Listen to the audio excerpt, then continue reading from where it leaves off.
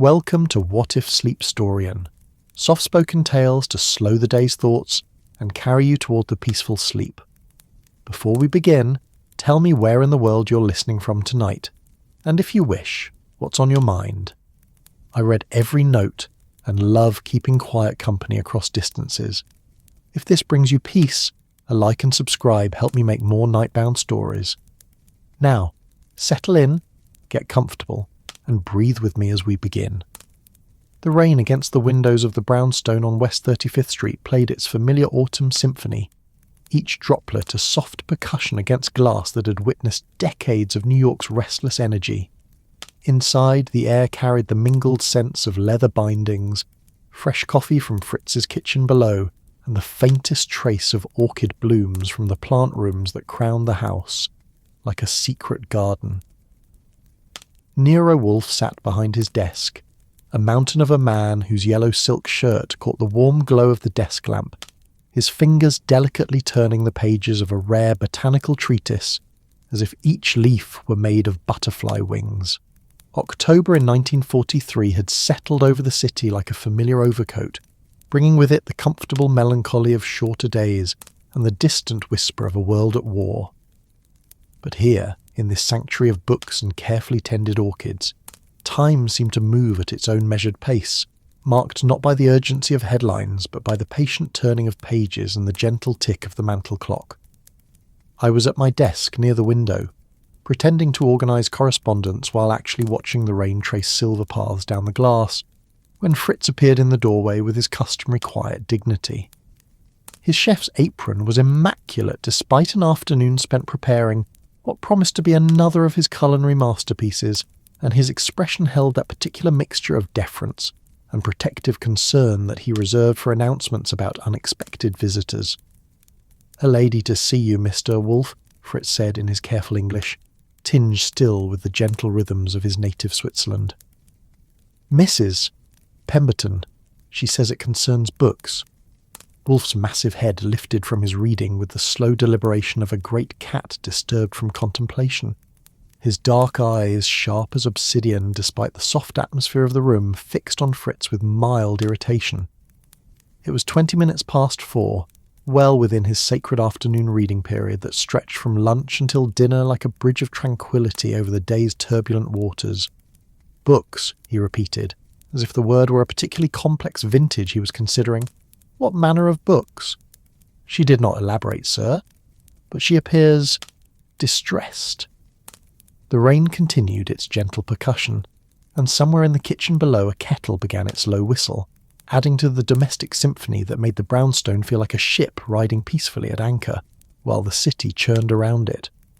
Wolfe closed his botanical treatise with the reverent care of a priest closing a sacred text, marking his place with a silk ribbon that had once graced a first edition of Montaigne. "Very well. Show her in. Archie, your notebook."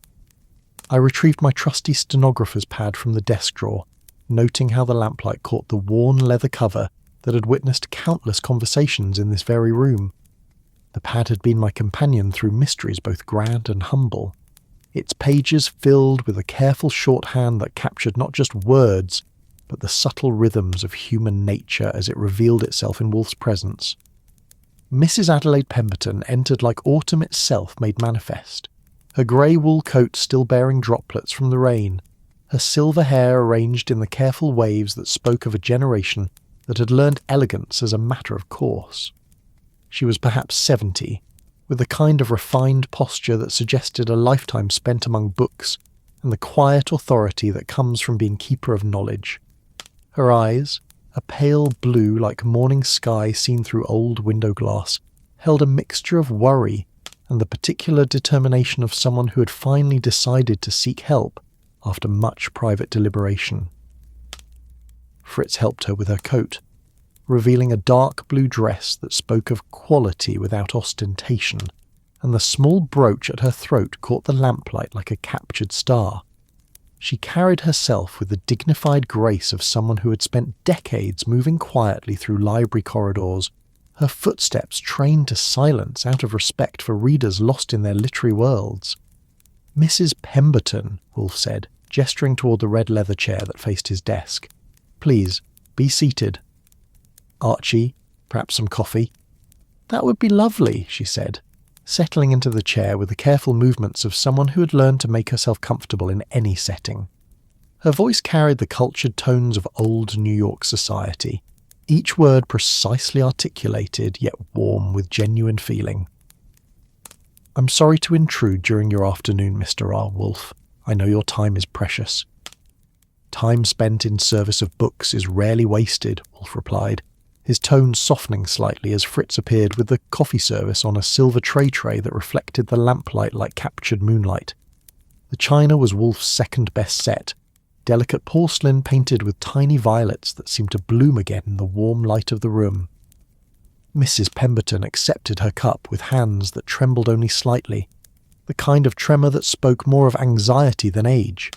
She took a careful sip, and I could see her drawing strength from the ritual, the familiar comfort of good coffee and fine china, providing an anchor in what was clearly turbulent emotional waters. I am the head librarian at the Meridian Library, she began, setting her cup down with the precise care of someone accustomed to handling valuable things. Perhaps you know it? It's a private collection on East 73rd Street, endowed by the Meridian family for the use of scholars and serious readers. Wolfe nodded slowly. I am familiar with it by reputation. A fine collection of rare books and manuscripts, if memory serves. Yes, Mrs. Pemberton said, and her pale eyes seemed to cloud like the sky before a storm. Or rather, it was. You see, Mr. Wolfe, something quite impossible has been happening. Our books are disappearing. The word hung in the air like incense, mingling with the scents of coffee and leather and the faint sweetness of orchids from the floors above. Outside, the rain had settled into a steady rhythm, providing a gentle soundtrack to what was clearly going to be an unusual tale. Disappearing, Wolfe repeated, his tone carefully neutral. In what manner? Mrs. Pemberton reached into her handbag, a practical leather affair that spoke of someone who carried books more often than cosmetics, and withdrew a small leather journal.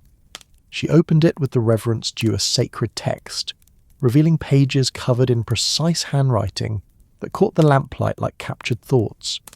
Over the past 6 months, we have discovered that 17 rare volumes have vanished from our collection, all first editions, all published before 1800, all of considerable value both monetary and scholarly. She paused, taking another steady sip of coffee. The most recent was a 1611 first edition of the King James Bible. It disappeared sometime between Tuesday evening and Wednesday morning of this past week. I made careful notes, capturing not just her words but the way her fingers traced the entries in her journal, each missing title a small wound in what was clearly her life's work. The room seemed to grow quieter, as if the very walls were listening to this catalogue of literary loss. Your security measures? Wolfe inquired, his fingers steepled before him in the gesture that I had come to recognise as his thinking pose. Quite comprehensive, Mrs. Pemberton replied, her professional pride evident despite her distress. The library is housed in a converted mansion. All windows are barred and equipped with the most modern alarm systems. There are only 2 entrances. The main door, which is secured with 3 locks and monitored by a guard during all hours, and a delivery entrance that is used only under direct supervision. Staff? Myself, an assistant librarian named Miss Chen, and our security guard, Mr. Brennan, who has been with us for 12 years. All of us have keys, naturally, but... She paused, her hands clasping the journal as if it were a lifeline. Mr. Wolfe, there have been no signs of forced entry. No alarms triggered. No evidence that anyone unauthorized has been in the building. The implications hung in the air like smoke from an extinguished candle. I found myself glancing around Wolfe's own library walls, lined floor to ceiling with books that represented not just knowledge but trust. The fundamental assumption that what was placed on a shelf would remain there until needed. Wolfe's expression had shifted to what I privately called his orchid face, the look he wore when tending his beloved plants. Patient, observant, alive to subtle signs and changes that might escape less devoted attention. You suspect someone with legitimate access. I don't want to, Mrs. Pemberton said quietly, and for the first time her voice carried the weight of true distress. These people are not just colleagues, they're family in a way. We've worked together for years, sharing the care of books that are irreplaceable. The thought that one of them might be... She couldn't finish the sentence. Outside, the rain had intensified slightly, creating a more insistent rhythm against the windows, and somewhere in the distance a church bell chimed 5 o'clock with a deep bronze voice that had been marking time in the city for decades.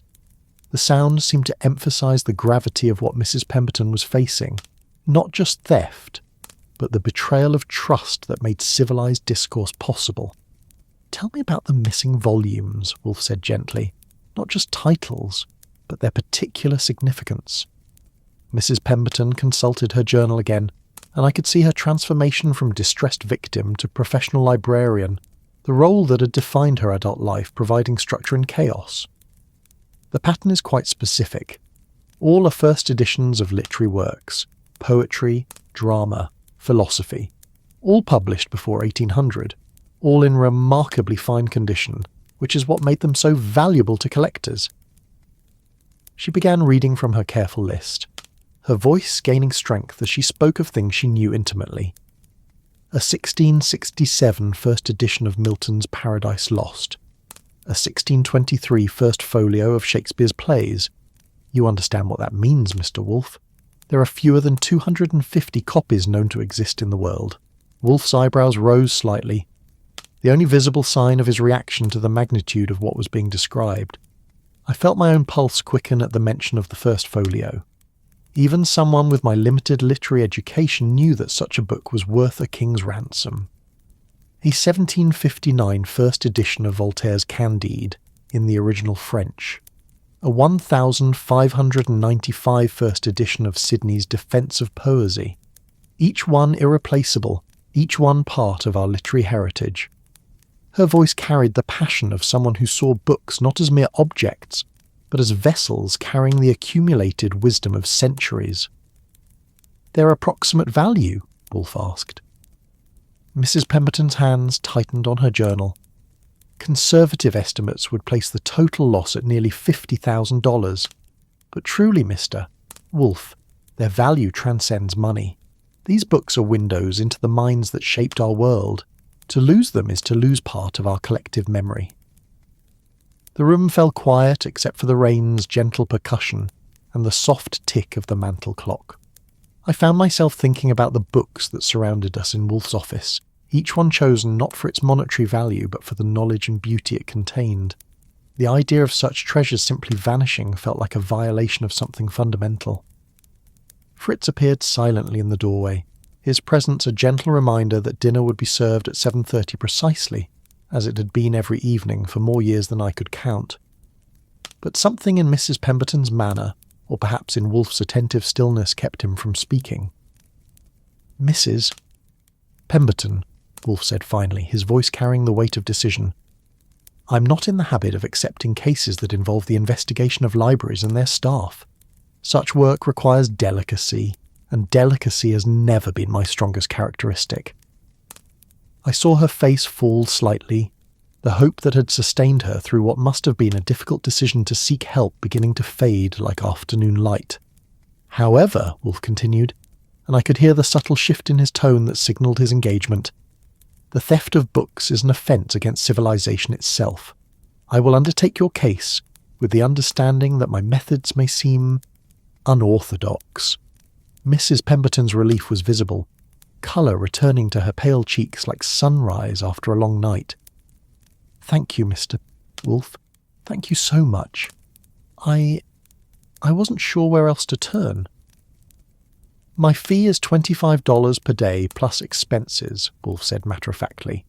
"Archie will require access to your library and staff. You will provide him with complete cooperation and any documentation he requests." "Of course," she said, reaching into her handbag for her checkbook. "Whatever you need." As she wrote the retainer check with the careful penmanship of someone who had spent a lifetime forming perfect letters, I found myself already anticipating tomorrow's visit to the Meridian Library. There was something about this case that appealed to me. The combination of mystery and literature, the challenge of a crime that seemed impossible, and the opportunity to spend time among rare books in the company of people who truly understood their value. The rain continued its gentle conversation with the windows, and the warm light of the desk lamp created an island of comfort in the growing darkness outside. Mrs. Pemberton finished her cheque and handed it to Wolfe with the same care she would have shown a rare manuscript, her relief evident in every movement. "I'll need a complete list of everyone with access to the building," Wolfe said, accepting the cheque and placing it carefully on his desk. "Staff schedules, visitor logs, any recent changes in routine or personnel." "I have most of that with me," Mrs. Pemberton said, producing a manila folder from her capacious handbag. I prepared for the possibility that you might take the case." As she handed over the folder, her fingers brushed Wolfe's briefly, and I saw her smile for the first time since entering the room. It was a small smile, tentative as early spring, but it carried hope like morning carries light. The evening settled around us like a comfortable old coat, and somewhere in the house Fritz began the quiet preparations that would result in another of his magnificent dinners. Outside, New York continued its eternal conversation with the night, but here in this room, filled with books and warm light, and the promise of mystery soon to be unravelled, all seemed right with the world. The morning after Mrs. Pemberton's visit arrived with the crisp clarity that October sometimes grants to New York, as if the previous evening's rain had washed the air clean and polished the autumn light until it gleamed like old brass. I stepped out of the brownstone into air that carried the mingled scents of wet leaves, distant coffee from corner delis, and that particular October sharpness that makes even cynical New Yorkers pause and remember why they love this impossible city. The subway ride to East 73rd Street provided the usual meditation on humanity's endless variety.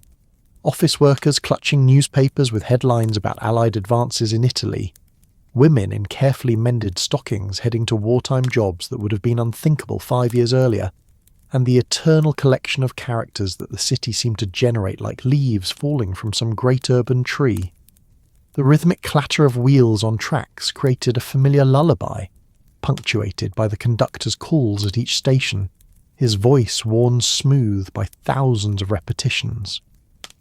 The Meridian Library occupied what had once been the mansion of a rubber baron, whose name I vaguely remembered from history books, a 4-story limestone edifice that spoke of an era when private wealth could afford to house itself like royalty.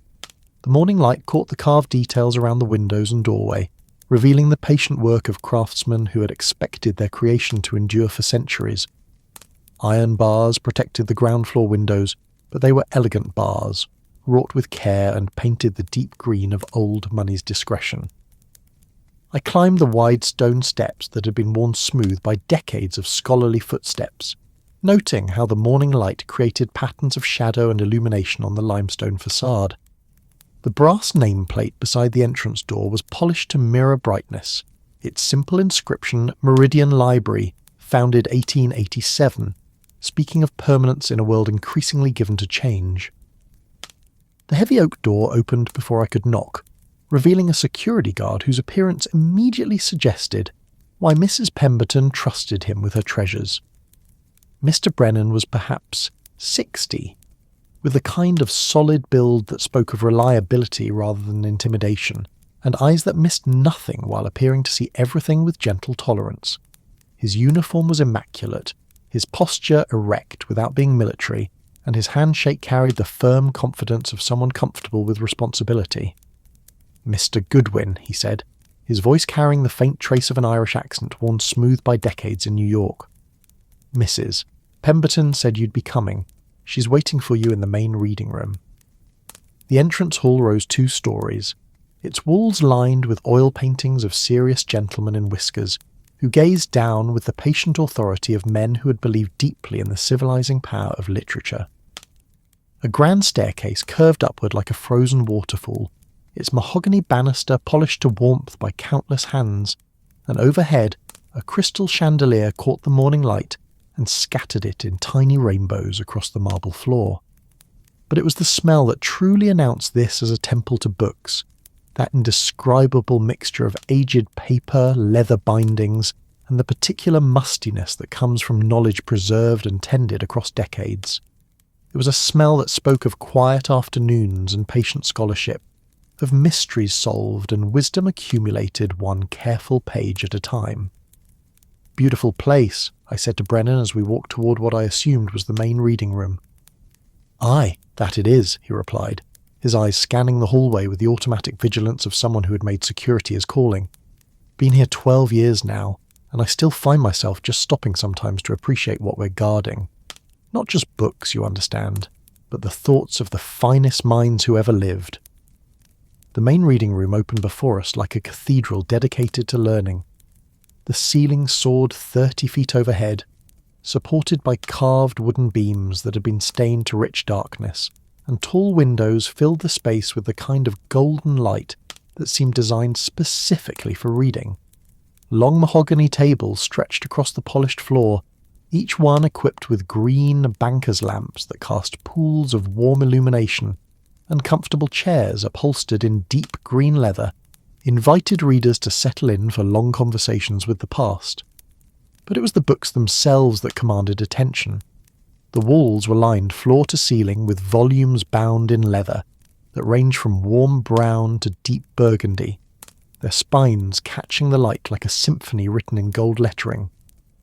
Rolling ladders on brass tracks provided access to the higher shelves, and I could see gaps in the collections where Mrs. Pemberton's missing treasures had once resided, empty spaces that seemed to ache with absence.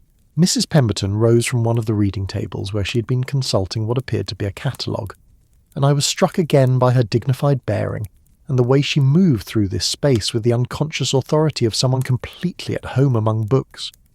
This morning she wore a burgundy wool dress that complemented the library's colour scheme, and her silver hair was arranged in the same careful waves that spoke of a generation that had learned elegance as both art and armour.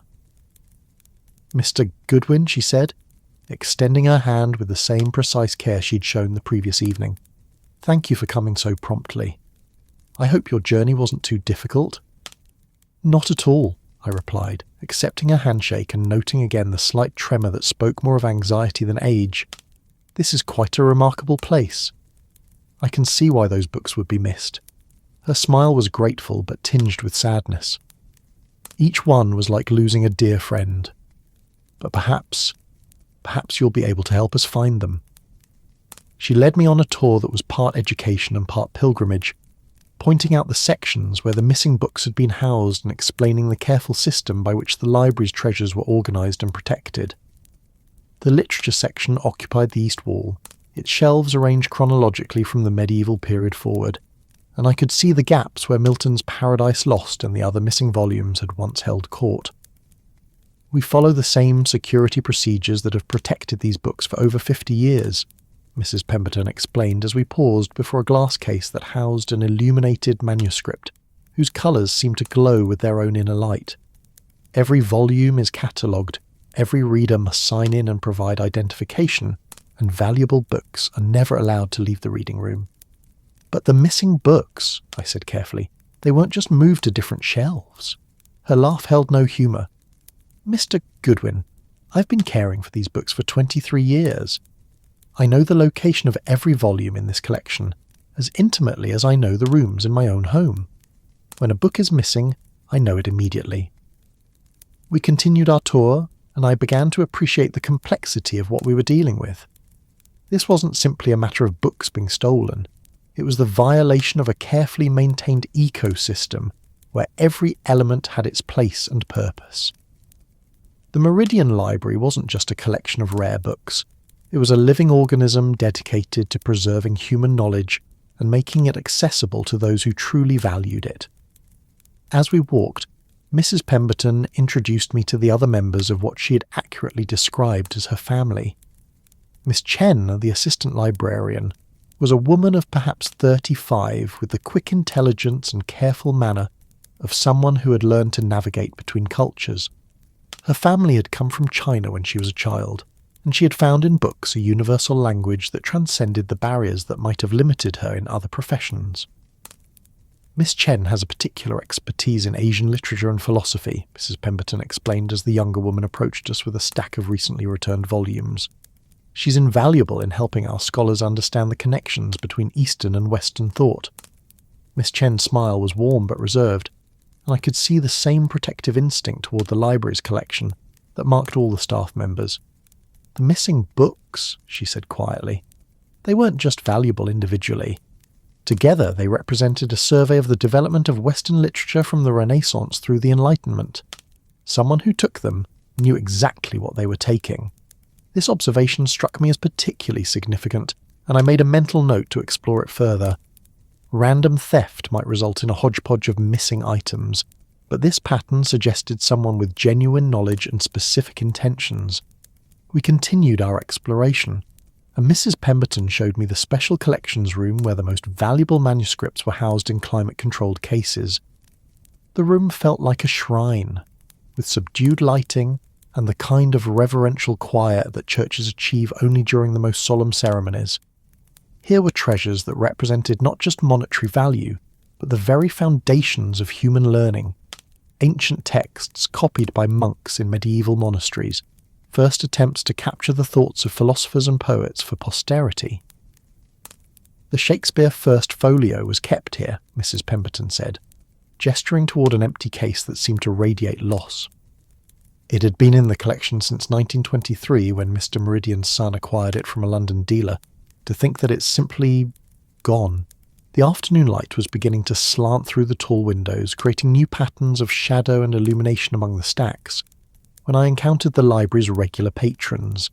They were an interesting collection of individuals, each one representing a different aspect of the scholarly world that the Meridian Library served. Professor Blackwood was perhaps 70, a retired classics scholar from Columbia University, who had been coming to the library 3 days a week for the past 15 years. His white hair was perpetually dishevelled in the way that suggested deep thinking took precedence over personal grooming, and his tweed jacket bore the accumulated stains of countless lunches eaten while reading. But his eyes held the bright intelligence of someone whose mind remained sharp despite his advancing years, and he spoke of the missing books with the passion of someone who saw them as personal friends. The Milton was particularly fine, he said, adjusting wire-rimmed spectacles that had seen decades of service.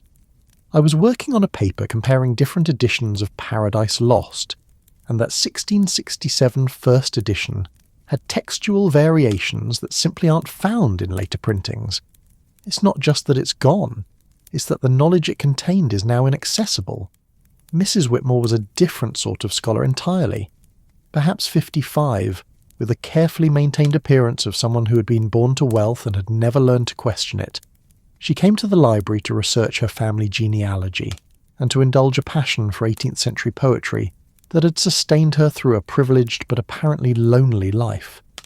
Her knowledge was broad but less deep than Professor Blackwood's, and she approached books with the enthusiasm of someone who read for pleasure rather than profession. "I simply can't understand how anyone could steal books," she said, her voice carrying the bewilderment of someone whose moral universe didn't include such possibilities. "I mean, what would be the point? You can't really enjoy stolen poetry, can you?" The third regular patron was the most interesting of the group. David Morrison was perhaps 28, a doctoral candidate at NYU, who was writing his dissertation on the influence of classical rhetoric on 18th century political philosophy.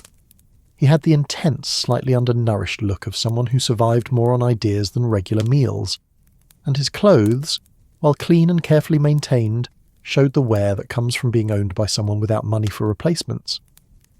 "The missing books represent a particular problem for my research," he explained as we sat at one of the reading tables, his long fingers gesturing with the quick movements of someone accustomed to explaining complex ideas.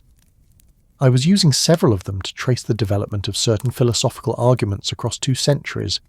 Without access to the original texts, with their specific additions and commentary, my work becomes much more difficult. As the afternoon progressed and I observed the library's rhythms, I began to appreciate the complexity of what Mrs. Pemberton had created here. This wasn't simply a repository for old books. It was a carefully maintained environment where serious scholars could encounter the actual words and thoughts of history's greatest minds, preserved in the exact form their authors had intended. The building itself seemed to breathe with the weight of accumulated knowledge. Every creak of the old floorboards, every whisper of pages being turned, Every soft footstep on the marble floors contributed to an atmosphere that felt almost sacred. The late afternoon light streaming through the tall windows created constantly shifting patterns of illumination that seemed to bring the leather-bound volumes to life, their gold lettering gleaming like captured sunlight. As closing time approached, I found myself alone in the main reading room while Mrs. Pemberton completed her end-of-day procedures. The silence was different from the quiet that had pervaded the day, not the respectful hush of people reading, but the deeper stillness that comes when a place of learning settles into evening rest. The banker's lamps cast pools of warm light across the empty tables, and the shadows between the stacks seemed to hold mysteries that daylight had kept at bay. I spent those final minutes walking among the shelves, trying to understand what someone would gain by stealing these particular books. The missing volumes weren't simply the most valuable items in the collection. They represented a careful selection of works that together told the story of human thought developing across crucial centuries. Someone had taken not just books, but knowledge itself. The evening light faded toward darkness outside the tall windows, and Mrs. Pemberton appeared at my elbow with the quiet step that was second nature to all librarians. "Any insights, Mr. Goodwin?" "Questions mostly," I replied honestly, "but sometimes questions are the beginning of answers." As we prepared to leave, locking away the day's treasures behind multiple layers of security, I found myself thinking about the people I had met, the dedicated staff, the passionate scholars, the careful systems designed to protect irreplaceable books. Somewhere in this careful ecosystem was the key to understanding how 17 priceless volumes had simply vanished into thin air. The city's evening sounds, distant traffic, the call of vendors closing their stands, the eternal conversation of 8 million people settling into the night seemed muted by the library's thick walls. But even as we turned off the lights and activated the security systems, I could feel the presence of thousands of books waiting patiently in the darkness, their accumulated wisdom a quiet force that would endure long after all of us were gone. Walking back toward the subway, I carried with me the scents of old leather and aged paper, and the growing certainty that this case would require not just detective work, but an understanding of the particular passion that drives people to dedicate their lives to the preservation of human knowledge. The missing books were more than objects. They were windows into minds that had shaped our world, and their theft represented a crime against civilization itself. The following morning brought one of those November days that New York sometimes offers as compensation for the grey months ahead. Crisp air that carried the scent of wood smoke from distant fireplaces, golden light that turned even the city's most mundane corners into something approaching poetry, and that particular clarity of atmosphere that makes every sound ring like a bell. I had spent the night reviewing Mrs. Pemberton's files and making notes about the library's staff and patrons, but this morning's investigation would take me into the more mysterious world of private collectors and rare book dealers. The subway ride to Greenwich Village provided the usual anthropological entertainment, but I found myself paying particular attention to anyone carrying books or packages that might contain books. The war had created an interesting effect on the city's reading habits. People clutched their volumes more tightly, as if paper itself had become precious, which in many ways it had. Rationing had made new books scarce, driving up both the price and the emotional value of anything printed on quality paper. My first destination was Meridian Books and Manuscripts, a shop on McDougal Street that Mrs. Pemberton had identified as one of the few establishments in the city that specialised in exactly the kind of rare volumes that had been disappearing from her library. The shop occupied the ground floor of a narrow brownstone that leaned against its neighbours, like an elderly scholar requiring support, and the small windows were filled with leather-bound volumes arranged more for protection from sunlight than for display. A brass bell announced my entry, with a sound that seemed to have been designed specifically for bookshops. Not the harsh jangle of commerce, but a gentle chime that suggested contemplation and discovery. The interior was a maze of floor-to-ceiling shelves that created intimate alcoves and reading nooks, each one illuminated by carefully placed lamps that cast warm pools of light on volumes that ranged from merely old to genuinely ancient. The air inside carried that indescribable mixture of aged paper, leather bindings, and the particular mustiness that accumulates around knowledge preserved across centuries. But here, unlike in Mrs. Pemberton's library, the scent was layered with other aromas. Pipe tobacco from the shop's owner, the coffee that seemed to be perpetually brewing somewhere in the back, and the faint trace of the wood polish used to maintain the endless shelves. Behind a counter that appeared to have been carved from a single massive piece of oak sat a man who looked as if he had been designed specifically for this environment. Samuel Rothschild was perhaps 65, with the kind of wild white hair that suggested either genius or eccentricity, and possibly both. His eyes, magnified by wire-rimmed spectacles that had clearly seen decades of service, held the patient intelligence of someone who had spent a lifetime evaluating the authenticity and value of human thought preserved in printed form.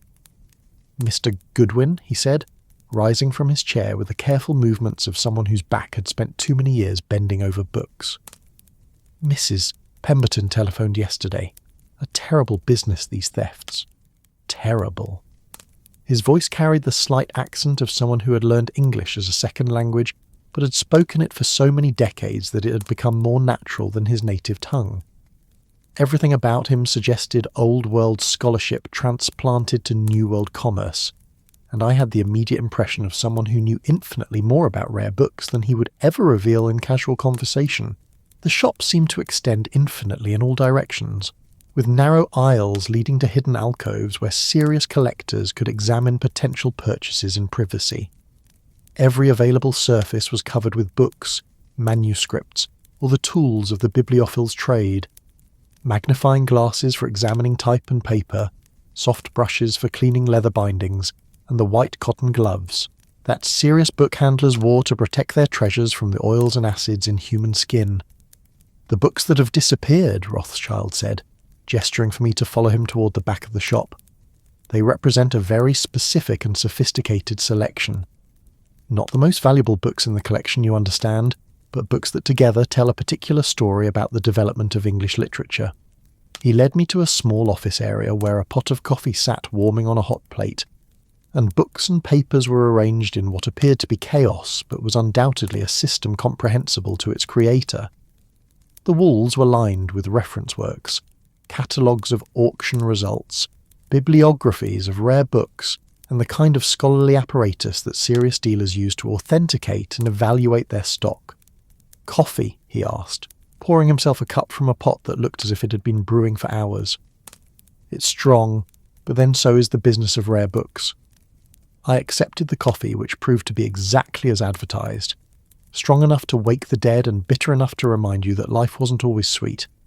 But it was warm and genuine, like its maker, and I found myself settling into one of the worn leather chairs that flanked his desk. "Tell me about the market for books like the ones that were stolen," I said, pulling out my notebook. "Who buys first editions of Paradise Lost and Shakespeare folios?" Rothschild's laugh was dry as autumn leaves. "Ah, now you ask the right question.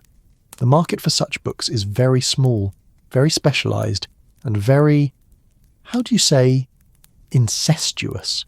Everyone knows everyone else, and unusual books create gossip faster than a scandal in a small town." He leaned back in his chair, his fingers steepled in a gesture that reminded me of Wolfe, and began to speak with the authority of someone who had spent decades observing the peculiar world of rare book collecting. The picture that emerged was of a closed community where reputation was everything, where authenticity was the ultimate currency, and where the appearance of a significant book without proper provenance would immediately arouse suspicion. "The Shakespeare First Folio, for instance," he said, his eyes growing distant with the look of someone contemplating a treasure beyond ordinary comprehension. "There are perhaps 250 copies known to exist worldwide. Everyone is documented, catalogued and watched. If Mrs. Pemberton's copy were to appear at auction, or even in a private sale, it would be recognised immediately. But surely there are collectors who don't ask too many questions about where their books come from." Rothschild's expression grew more serious, and he leaned forward with the intensity of someone sharing a confidence. "Mr. Goodwin, you must understand. The people who collect books of this calibre are not like ordinary collectors. They are scholars, connoisseurs, people who love these books not just for their rarity but for their place in the history of human thought. Such people do not buy stolen goods knowingly." He paused to sip his coffee, and I could see him weighing his words carefully. However, there are other markets. Private collectors in South America, for instance, where questions might not be asked so rigorously. European collectors whose libraries were disrupted by the war, and who might be rebuilding their collections with less attention to provenance. And of course, there are always rumours of collectors who purchase books with the intention of never allowing them to be seen again. This last comment struck me as particularly ominous. Books that disappear completely. Wealthy men who collect for the pleasure of ownership rather than scholarship. They buy books to possess them, to know that they alone have access to these treasures. Such collections are never catalogued publicly, never made available to scholars, never seen by anyone except their owners. The idea of the Shakespeare First Folio locked away in some private vault, available only to one man's vanity, was deeply disturbing. I thought of Professor Blackwood's passion for the textual variations in different editions of Milton, of the young graduate student Morrison who needed access to original sources for his dissertation, of all the future scholars who might benefit from studying these irreplaceable texts. Rothschild seemed to read my thoughts. Yes, it is a tragedy when books disappear into such collections. Books are meant to be read, studied, shared. They are not decorative objects or investments, they are living vessels of human knowledge. As the morning progressed, Rothschild introduced me to the complex ecosystem of rare book dealing in wartime New York. The war had disrupted the normal channels through which books move between collections, creating both opportunities and dangers. European refugees were selling family treasures to finance their new lives in America, sometimes without complete documentation of ownership. Estate sales were more frequent as old New York families felt the economic pressures of wartime, and books that had been in private libraries for generations were suddenly available to collectors with sufficient funds. There has been more movement in the rare book market during the past 2 years than in the previous 10, Rothschild explained, gesturing toward a stack of auction catalogues that reflected the unusual activity. War creates refugees, and refugees must sell what they own to survive. It also creates wealthy men who profit from wartime industries and seek to spend their new money on things that will enhance their cultural status. He showed me catalogues from recent auctions at Pack Burnett and other prestigious houses, pointing out the kinds of books that had been selling and the prices they commanded. The numbers were staggering. A single important book might sell for more than most people earned in a year, and the competition among serious collectors was fierce. But, he added with the careful emphasis of someone making an important point, legitimate dealers maintain extensive records. Every significant book that passes through proper channels leaves a paper trail. Purchase records, authentication documents, exhibition catalogues. When a book disappears from these records, knowledgeable people notice. The afternoon found me in a very different environment, climbing the marble steps of a Fifth Avenue mansion that spoke of the kind of wealth that had been accumulating interest since before the Civil War. Mrs. Pemberton had arranged for me to meet Cornelius Vandermark III, one of New York's most prominent private collectors and a man whose library was said to rival that of many universities. The mansion occupied an entire city block and rose 5 stories above the sidewalk like a limestone cliff, its windows gleaming with the kind of cleanliness that required a staff of full-time servants. A doorman in livery that would have impressed European royalty admitted me to an entrance hall that could have accommodated a small hotel, complete with marble floors that reflected light from crystal chandeliers, oil portraits of stern ancestors, and the kind of furniture that museums acquire when very wealthy people die. Vandermark himself was a surprise. I had expected someone who matched his palatial surroundings, perhaps an elderly gentleman with whiskers, and the kind of formal manner that old money often cultivated. Instead, I found a man of perhaps 50, casually dressed in a sweater and slacks, with the kind of easy manner that suggested someone completely comfortable with his place in the world. "Mr. Goodwin," he said, rising from a leather chair in what was clearly his private study, "Adelaide called me about the thefts. Terrible business. Absolutely terrible. The study itself was a bibliophile's dream, with floor-to-ceiling shelves containing what appeared to be one of the finest private libraries in America. But these weren't just books collected for their rarity or investment value. These were books that showed signs of being read, with comfortable chairs placed strategically for good light, reading tables equipped with proper lamps, and the kind of accessories that suggested serious scholarship rather than mere collecting. "I understand you know the rare book market as well as anyone in the city," I said, accepting his offer of a seat in one of the leather chairs.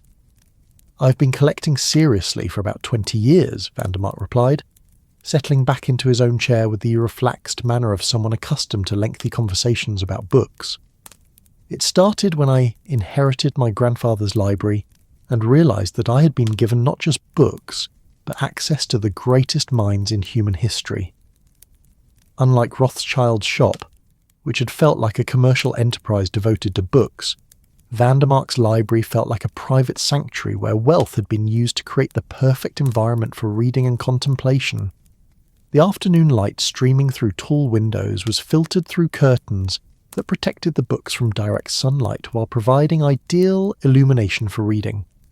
The air carried the scent of leather bindings and the faint trace of the wood polish used to maintain the endless shelves, but also something else, the indefinable atmosphere that comes from books being genuinely loved rather than merely possessed.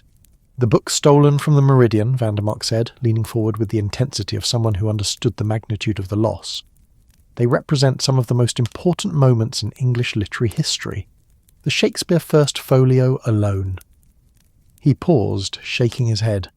"There are collectors who would pay almost any price for such a book." "Any price?" "You have to understand, Mr. Goodwin, that for serious collectors, money becomes almost irrelevant when you're talking about books of this importance. The First Folio isn't just a book, it's the source of half of Shakespeare's plays. Without it, we wouldn't have Macbeth, Julius Caesar, As You Like It. The list goes on. Owning such a book is like owning a piece of human civilization." He rose and walked to one of his own glass cases, where a volume bound in brown leather rested on a custom-made stand. "This is my copy of the 1623 First Folio," he said quietly. "I bought it 15 years ago from a London dealer who had acquired it from a family that had owned it for 2 centuries. The provenance was completely documented, the authenticity beyond question. I approached the case and found myself looking at what was undoubtedly one of the most important books in existence. The leather binding showed its age with the kind of gentle wear that comes from centuries of careful handling, and I could see the faint outline of text through the pages. This single volume contained the literary foundation of English-speaking culture, and I was struck by both its obvious importance and its physical vulnerability." "What would someone do with a stolen First Folio?" I asked. Vandermark's expression grew troubled. "That's the terrible irony of such a theft. The book is too famous to sell through normal channels, too recognisable to display publicly, too important to destroy. A thief would be left with a treasure that could never be fully enjoyed." He moved away from the case and returned to his chair, his manner now reflecting the gravity of what we were discussing. Unless, of course, the thief had already arranged a private sale to someone who didn't care about provenance and was willing to keep the book hidden indefinitely. Such people exist. Unfortunately, yes. There are collectors, a very few thankfully, who collect for the pure pleasure of ownership. They buy books knowing they will never be able to show them to other scholars, never be able to loan them to exhibitions, never be able to contribute to the advancement of knowledge. They simply want to possess things that no one else can have. The afternoon was growing late, and the light in Vandermark's library was beginning to take on the golden quality that made even ordinary books look like treasures. But as we continued our conversation, a more disturbing picture began to emerge of the underground market for stolen rare books. Vandermark spoke of collectors he had heard about but never met, wealthy individuals who had made their fortunes in industries that had prospered during the war and who sought to purchase cultural legitimacy along with their books. These were not scholars or genuine lovers of literature, but people who saw rare books as trophies to be displayed in private, symbols of a sophistication they could buy but not earn.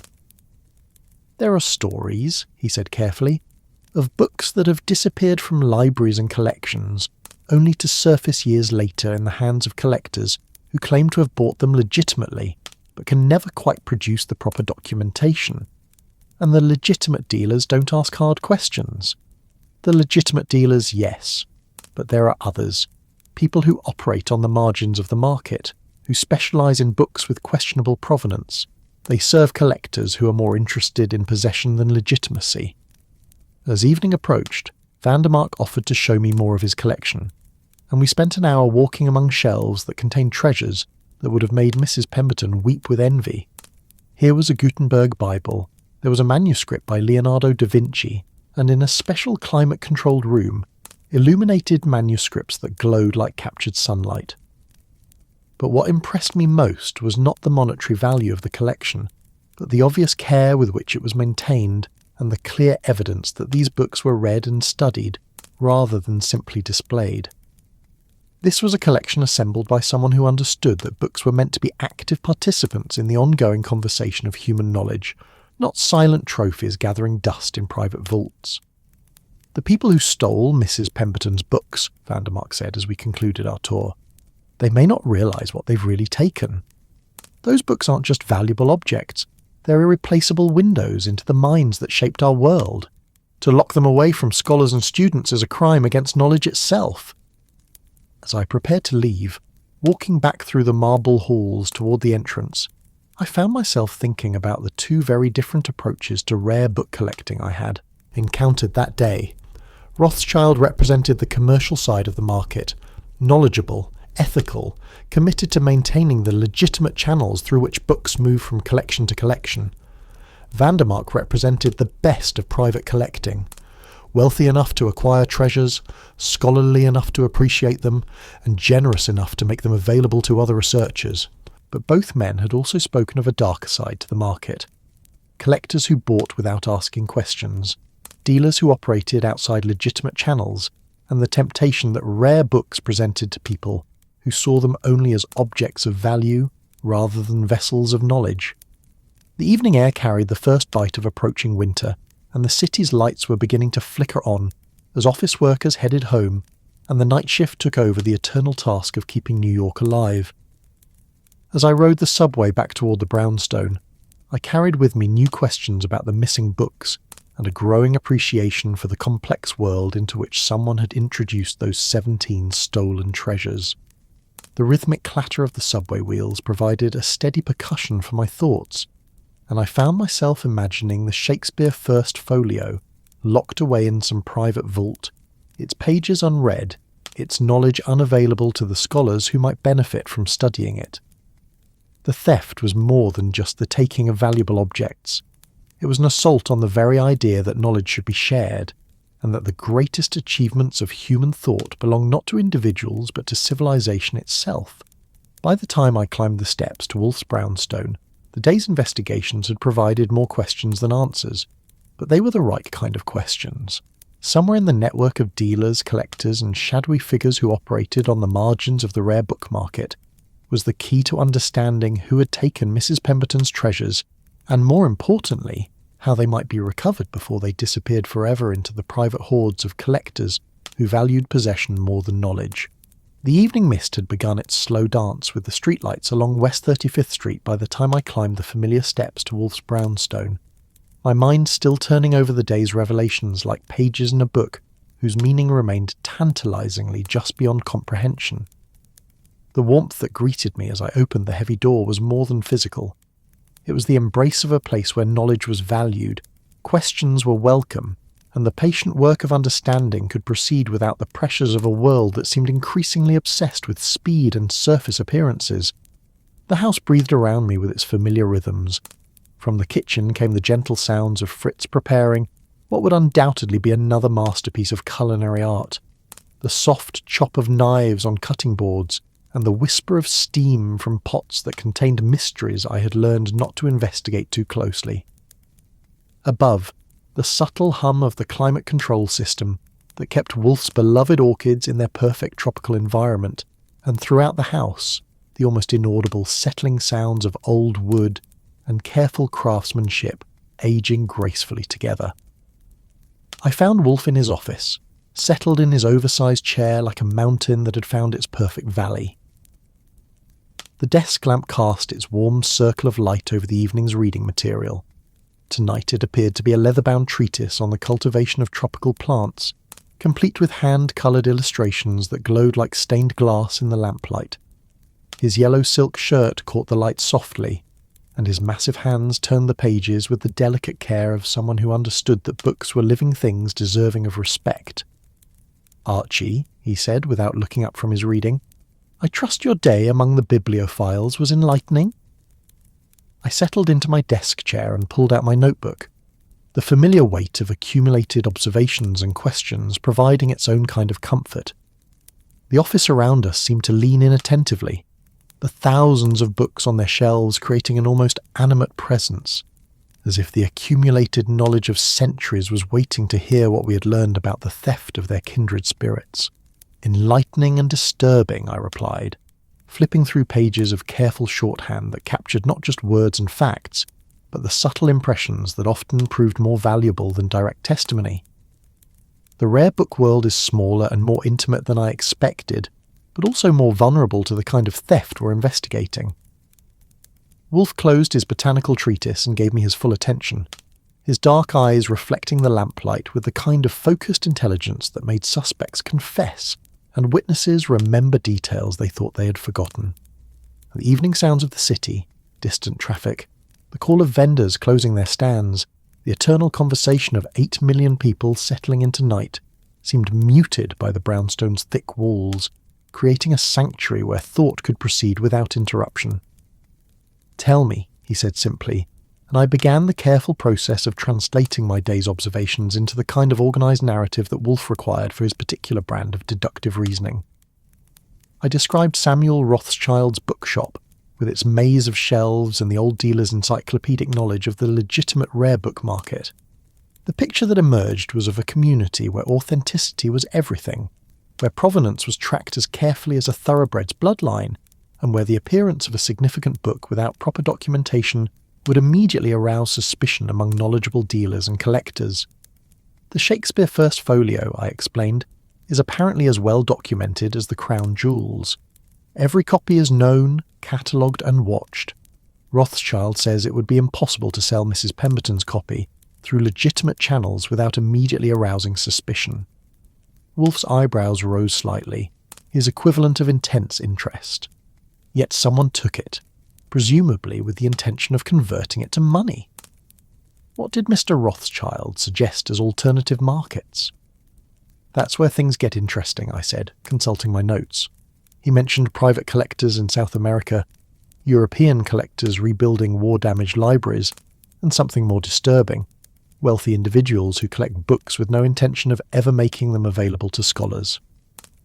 I moved on to describe my afternoon with Cornelius Vandermark III, painting a picture of legitimate collecting at its finest, wealth used to preserve and study humanity's greatest literary treasures, but also wealth that understood its responsibilities to the broader community of scholarship. Vandermark's library had been a revelation, showing how private collecting could serve the cause of a knowledge rather than simply satisfying personal vanity. But Vandermark confirmed the existence of a darker side to collecting, I continued, turning to a fresh page of notes. Collectors who buy stolen books knowing they can never display them publicly, dealers who operate outside legitimate channels, and the temptation that the war has created for people to sell books without proper documentation. Wolfe listened without interruption, his fingers steepled before him, in the gesture I had come to recognise as his thinking pose.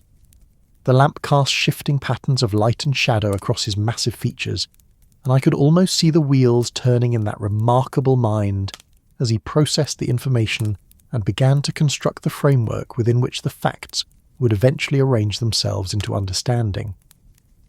Fritz appeared silently in the doorway, a master of the art of being present without intruding, and announced that dinner would be ready in 20 minutes. The aroma that accompanied his announcement, something involving duck and what might have been cherries, reminded me that I had eaten nothing since Rothschild's bitter coffee, and my stomach responded with an audible protest. "We will continue this after dinner," Wolfe declared, rising from his chair with the deliberate movements of someone whose size required careful attention to physics. The mind works more efficiently when the body is properly nourished, and Fritz has prepared something that demands our complete attention. Dinner proved to be one of Fritz's masterpieces, duck à l'orange with a complexity of flavour that seemed to unfold in layers, accompanied by vegetables that had been transformed into something approaching art, and a wine that Wolfe had selected from his carefully maintained cellar.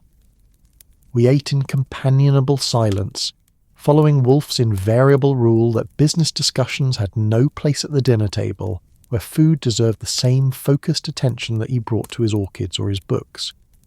But even as I savoured Fritz's culinary artistry, part of my mind remained occupied with the day's discoveries and the questions they had raised. The theft of Mrs. Pemberton's books was beginning to reveal itself as something more complex than simple burglary. It was a crime that required specialised knowledge, careful planning, and access to markets that operated outside the normal channels of legitimate commerce. After dinner, we returned to the office where Fritz had refreshed our coffee and arranged the evening lighting to provide optimal conditions for serious discussion. Wolfe settled back into his chair with a brandy that caught the lamplight like liquid amber, and I resumed my position at the desk with my notebook and the growing collection of the business cards, receipts, and other documentary evidence that accompanied any thorough investigation. "Now then," Wolfe said, swirling his brandy with the appreciation of someone who understood that the finest things in life required time to develop properly, "let us consider what we have learned and what conclusions we might reasonably draw." He began with the methodical approach that had made his reputation, starting with the established facts and gradually building toward the more speculative conclusions that would eventually point toward a solution. The missing books, he noted, represented not a random selection of valuable items, but a carefully curated collection that told a specific story about the development of English literature from the Renaissance through the Enlightenment. Someone with genuine knowledge selected those particular books, he said, his voice taking on the measured cadence that indicated serious analysis in progress. Not necessarily someone with advanced academic credentials, but certainly someone who understood both their individual value and their collective significance. The method of the thefts also suggested careful planning and inside knowledge. The books had disappeared without triggering any of the library's security systems, without leaving any evidence of forced entry, and without arousing suspicion until their absence was discovered during routine checks. This pointed strongly towards someone with legitimate access to the library and detailed knowledge of its security procedures. Mrs. Pemberton, her assistant Miss Chen, and the security guard Brennan all have keys and access, I noted, consulting my notebook. But all three also have decades of service to the library and no apparent motive for theft. Apparently being the operative word, Wolfe replied, we must also consider the regular patrons, Professor Blackwood, Mrs. Whitmore, and young Mr. Morrison. All have extensive access to the library, all possess the knowledge necessary to select the books that were taken. I thought about the three regular patrons I had met, trying to evaluate each one as a potential thief. Professor Blackwood had the knowledge and the passion, but he was 70 years old and financially comfortable with his university pension. Mrs. Whitmore had the access and opportunity, but her wealth made monetary motives unlikely, and her genuine love of books seemed inconsistent with theft. David Morrison, the graduate student, presented a more complex case. He had the knowledge, the access, and unlike the others, he appeared to have financial pressures that might motivate theft. His clothes showed the wear that comes from having too few resources, and his intense focus on his dissertation suggested someone whose entire future depended on academic success. Morrison is interesting, I said, flipping back through my notes to find my observations about the young scholar. He's writing a dissertation that specifically requires several of the stolen books. He has access, knowledge, and apparent financial need, but something about him doesn't fit. When he talked about his research being disrupted by the thefts, he seemed genuinely frustrated, not like someone who was putting on an act. And if he had stolen the books for money, why would he continue coming to the library and drawing attention to himself? Wolfe nodded slowly, his brandy catching the lamplight as he considered my observations. The evening had settled fully around the brownstone, and outside the windows the city's night sounds provided a gentle soundtrack to our deliberations. Somewhere in the distance a church bell chimed 9 o'clock, its bronze voice carrying across the rooftops with the authority of time itself. There is also the question of method, Wolfe continued. How does one remove 17 books from a well-secured library without detection? The volumes are not small. The Shakespeare First Folio, for instance, is quite substantial. Yet no one saw suspicious packages being removed. No one noticed unusual behaviour. This has been bothering me since my visit to the library. The books hadn't disappeared all at once. Mrs. Pemberton's records showed they had been taken over a period of 6 months, roughly 3 books per month. This suggested either remarkable boldness or a method that made detection unlikely. What if they weren't removed all at once? I said, the idea forming as I spoke. What if someone was taking them out one at a time, in a way that wouldn't arouse suspicion? Wolfe's eyes sharpened with interest. Continue. Everyone I met at the library carries books. Professor Blackwood always has a stack of volumes he's consulting. Mrs. Whitmore brings her own books for comparison with the library's copies. Morrison has materials for his dissertation.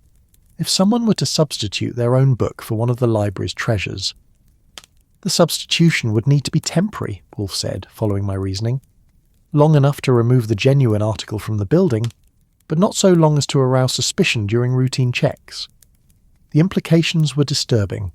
If someone was indeed using this method, it would require not just access and knowledge, but considerable boldness and careful timing. They would need to know the library's routines well enough to predict when particular books would be checked, and they would need a way to make the substitutions without being observed by staff or other patrons. But there's still the question of motive, I said, returning to my notes. Even if we can figure out how the books were taken, we need to understand why. Rothschild and Vandermark both emphasised how difficult it would be to sell these books through legitimate channels. Wolfe rose from his chair and walked to one of his own bookshelves, his fingers trailing along the spines of volumes that had been his companions for decades. The gesture seemed unconscious, the natural movement of someone seeking inspiration from the accumulated wisdom of centuries. Consider the possibility that immediate sale was not the motive, he said, finally. What if someone took the books with the intention of holding them for an extended period, waiting for memories to fade and provenance questions to become less pressing? The idea had a certain logic to it. Stolen art often disappeared for decades before surfacing in collections far from its point of origin, and rare books might follow a similar pattern. But this raised new questions about storage, preservation, and the psychological profile of someone willing to steal treasures they might not be able to enjoy for years. Or, Wolfe continued, settling back into his chair with a satisfied air of someone whose thinking was beginning to achieve clarity, consider the possibility that the books were taken not for their monetary value, but for their intellectual value. Someone who needed access to specific texts for research purposes, someone who could not afford to purchase copies, but required intimate familiarity with the original editions. This possibility struck me as particularly intriguing, especially in light of my conversations with the library's patrons. Morrison's dissertation research had been specifically dependent on several of the stolen books, and his financial situation made it unlikely that he could afford to purchase copies of his own. But would academic desperation drive someone to theft? The evening progressed with Wolfe's methodical analysis of every aspect of the case, from the specific books that had been targeted to the methods by which they might have been removed from the library. His mind worked like a perfectly calibrated instrument, weighing evidence, testing theories, and gradually building toward conclusions that would explain not just what had happened, but why it had been inevitable. Fritz appeared periodically to refresh our coffee and to bank the fire that provided both warmth and the kind of atmospheric lighting that seemed essential to serious thinking. The sounds of the city gradually diminished as New York settled into its restless sleep, but inside the brownstone the work of understanding continued with the patient persistence that Wolfe brought to all his investigations. "There is something we have not yet considered," Wolfe said as midnight approached. His brandy long finished and his attention focused with laser intensity on the problem before us. The pattern of the thefts themselves. Why these particular books? Why this particular sequence? Why this particular timing? I consulted my notes, looking for patterns I might have missed in the details of dates and titles. The thefts had begun 6 months ago with the Milton Paradise Lost, followed by the Voltaire Candide, then the Sydney Defence of Poesy. Each theft had been separated by roughly 3 weeks, and each book represented a different period in literary history. It's almost like someone was conducting a survey course in English literature, I said, the observation surprising me as I made it, starting with the Renaissance and working forward through the Enlightenment. The kind of progression you might follow if you were writing a comprehensive study of literary development. Wolfe's expression sharpened with a look that indicated a crucial insight taking shape, or the kind of progression you might follow if you were writing a dissertation that required intimate familiarity with the evolution of English literary thought across 3 centuries. The implication hung in the air like incense, mingling with the scents of coffee and leather bindings and the faint trace of orchids from the plant rooms above. Somewhere in the house, a clock chimed midnight with the measured authority of time itself, marking another day's passage in the eternal cycle of human thought and endeavour. As I prepared to close my notebook and retire for the evening, I found myself thinking about David Morrison, the intense young scholar whose entire future depended on the successful completion of his dissertation. His financial struggles, his passionate commitment to his research, and his specific need for the exact books that had been stolen created a pattern that was difficult to ignore. But questions remained. If Morrison was indeed the thief, how had he managed to remove the books without detection? Where was he keeping them? And most importantly, what did he plan to do with treasures that would be impossible to sell and dangerous to keep? The evening mist had thickened into the kind of fog that transformed New York into something approaching mystery, and as I looked out at the shrouded streetlights, I realized that tomorrow would bring new questions and hopefully new answers to the puzzle of Mrs. Pemberton's missing treasures. The following evening arrived wrapped in the kind of November chill that made New York's buildings seem to huddle together for warmth, their windows glowing like watchful eyes against the darkness. I had spent the day quietly observing the Meridian Library's rhythms, noting the careful ballet of scholars and staff as they moved through their daily rituals of reading, research, and the endless task of preserving knowledge for future generations. The afternoon had yielded new insights into David Morrison's habits and behaviour.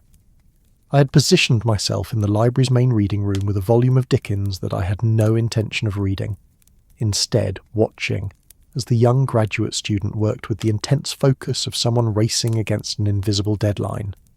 His movements were economical, almost furtive, and I noticed how his eyes constantly scanned the room, as if searching for observers or opportunities. He arrived each day precisely at 9 a.m, carrying a worn leather satchel that appeared to contain more papers than any reasonable person could read in a single day. His table, always the same one in the northeast corner of the reading room, became a carefully organised workspace where stacks of books, notebooks, and loose papers created a kind of fortress against the outside world. But what struck me most was the way he handled the library's books, not with the casual familiarity of someone browsing for pleasure, but with the reverent care of someone who understood their true value. As the afternoon shadows lengthened across the reading room floor, I decided that direct observation had yielded all it was likely to produce. The time had come for a more direct approach, one that would either confirm our growing suspicions about Morrison or eliminate him as a suspect entirely. I waited until the other patrons had departed, leaving only Morrison hunched over his papers in the gathering twilight. The main reading room in the evening was transformed into something approaching the sacred. The tall windows had become mirrors reflecting the warm glow of the bankers' lamps, and the leather-bound volumes on their shelves seemed to absorb and hold the light, like vessels designed specifically for that purpose. The silence was different from the respectful quiet of daytime, deeper, more complete, broken only by the soft whisper of pages being turned and the distant sounds of Mrs. Pemberton completing her end-of-day procedures. I approached Morrison's table with the casual manner of someone simply stretching his legs after a long afternoon of reading. He looked up from his work with the startled expression of someone whose concentration had been completely absorbed in his research, his eyes taking a moment to focus on the present moment. "Mr. Morrison," I said quietly, settling into the chair across from him with the easy familiarity of someone accustomed to striking up conversations in libraries. I hope I'm not interrupting anything crucial." His smile was quick and nervous, the expression of someone who had learned to be polite but preferred solitude. "Not at all, Mr. Goodwin. Just working on my dissertation, the endless dissertation that sometimes seems like it will never be finished." The papers spread across his table confirmed what I had suspected from my earlier observations. Charts tracing the development of rhetorical techniques across centuries, carefully transcribed quotations from sources both familiar and obscure, and a bibliography that read like a catalogue of the finest rare book collections in America. This was clearly the work of someone who understood not just the content of literary history, but the complex web of influences and connections that linked great works across time.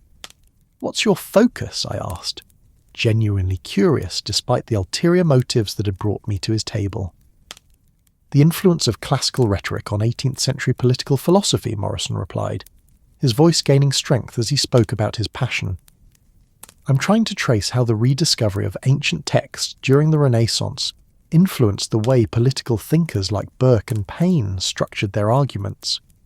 He gestured toward his notes, and I could see the intellectual excitement that drove his research, despite what appeared to be considerable financial hardship. His clothes showed the careful maintenance of someone who owned few things, but took care of what he had, and his hands bore the ink stains that marked serious writers in an age before reliable pens. "That must require access to quite a few rare books," I observed, studying his reaction carefully. Morrison's expression flickered almost imperceptibly, a shadow of something that might have been guilt or fear crossing his features before being replaced by scholarly enthusiasm. "Yes, that's been one of the challenges.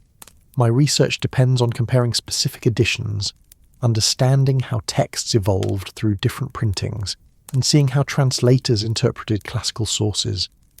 The conversation continued as darkness settled fully outside the tall windows, transforming the reading room into an island of warm light, surrounded by the vast darkness of the city.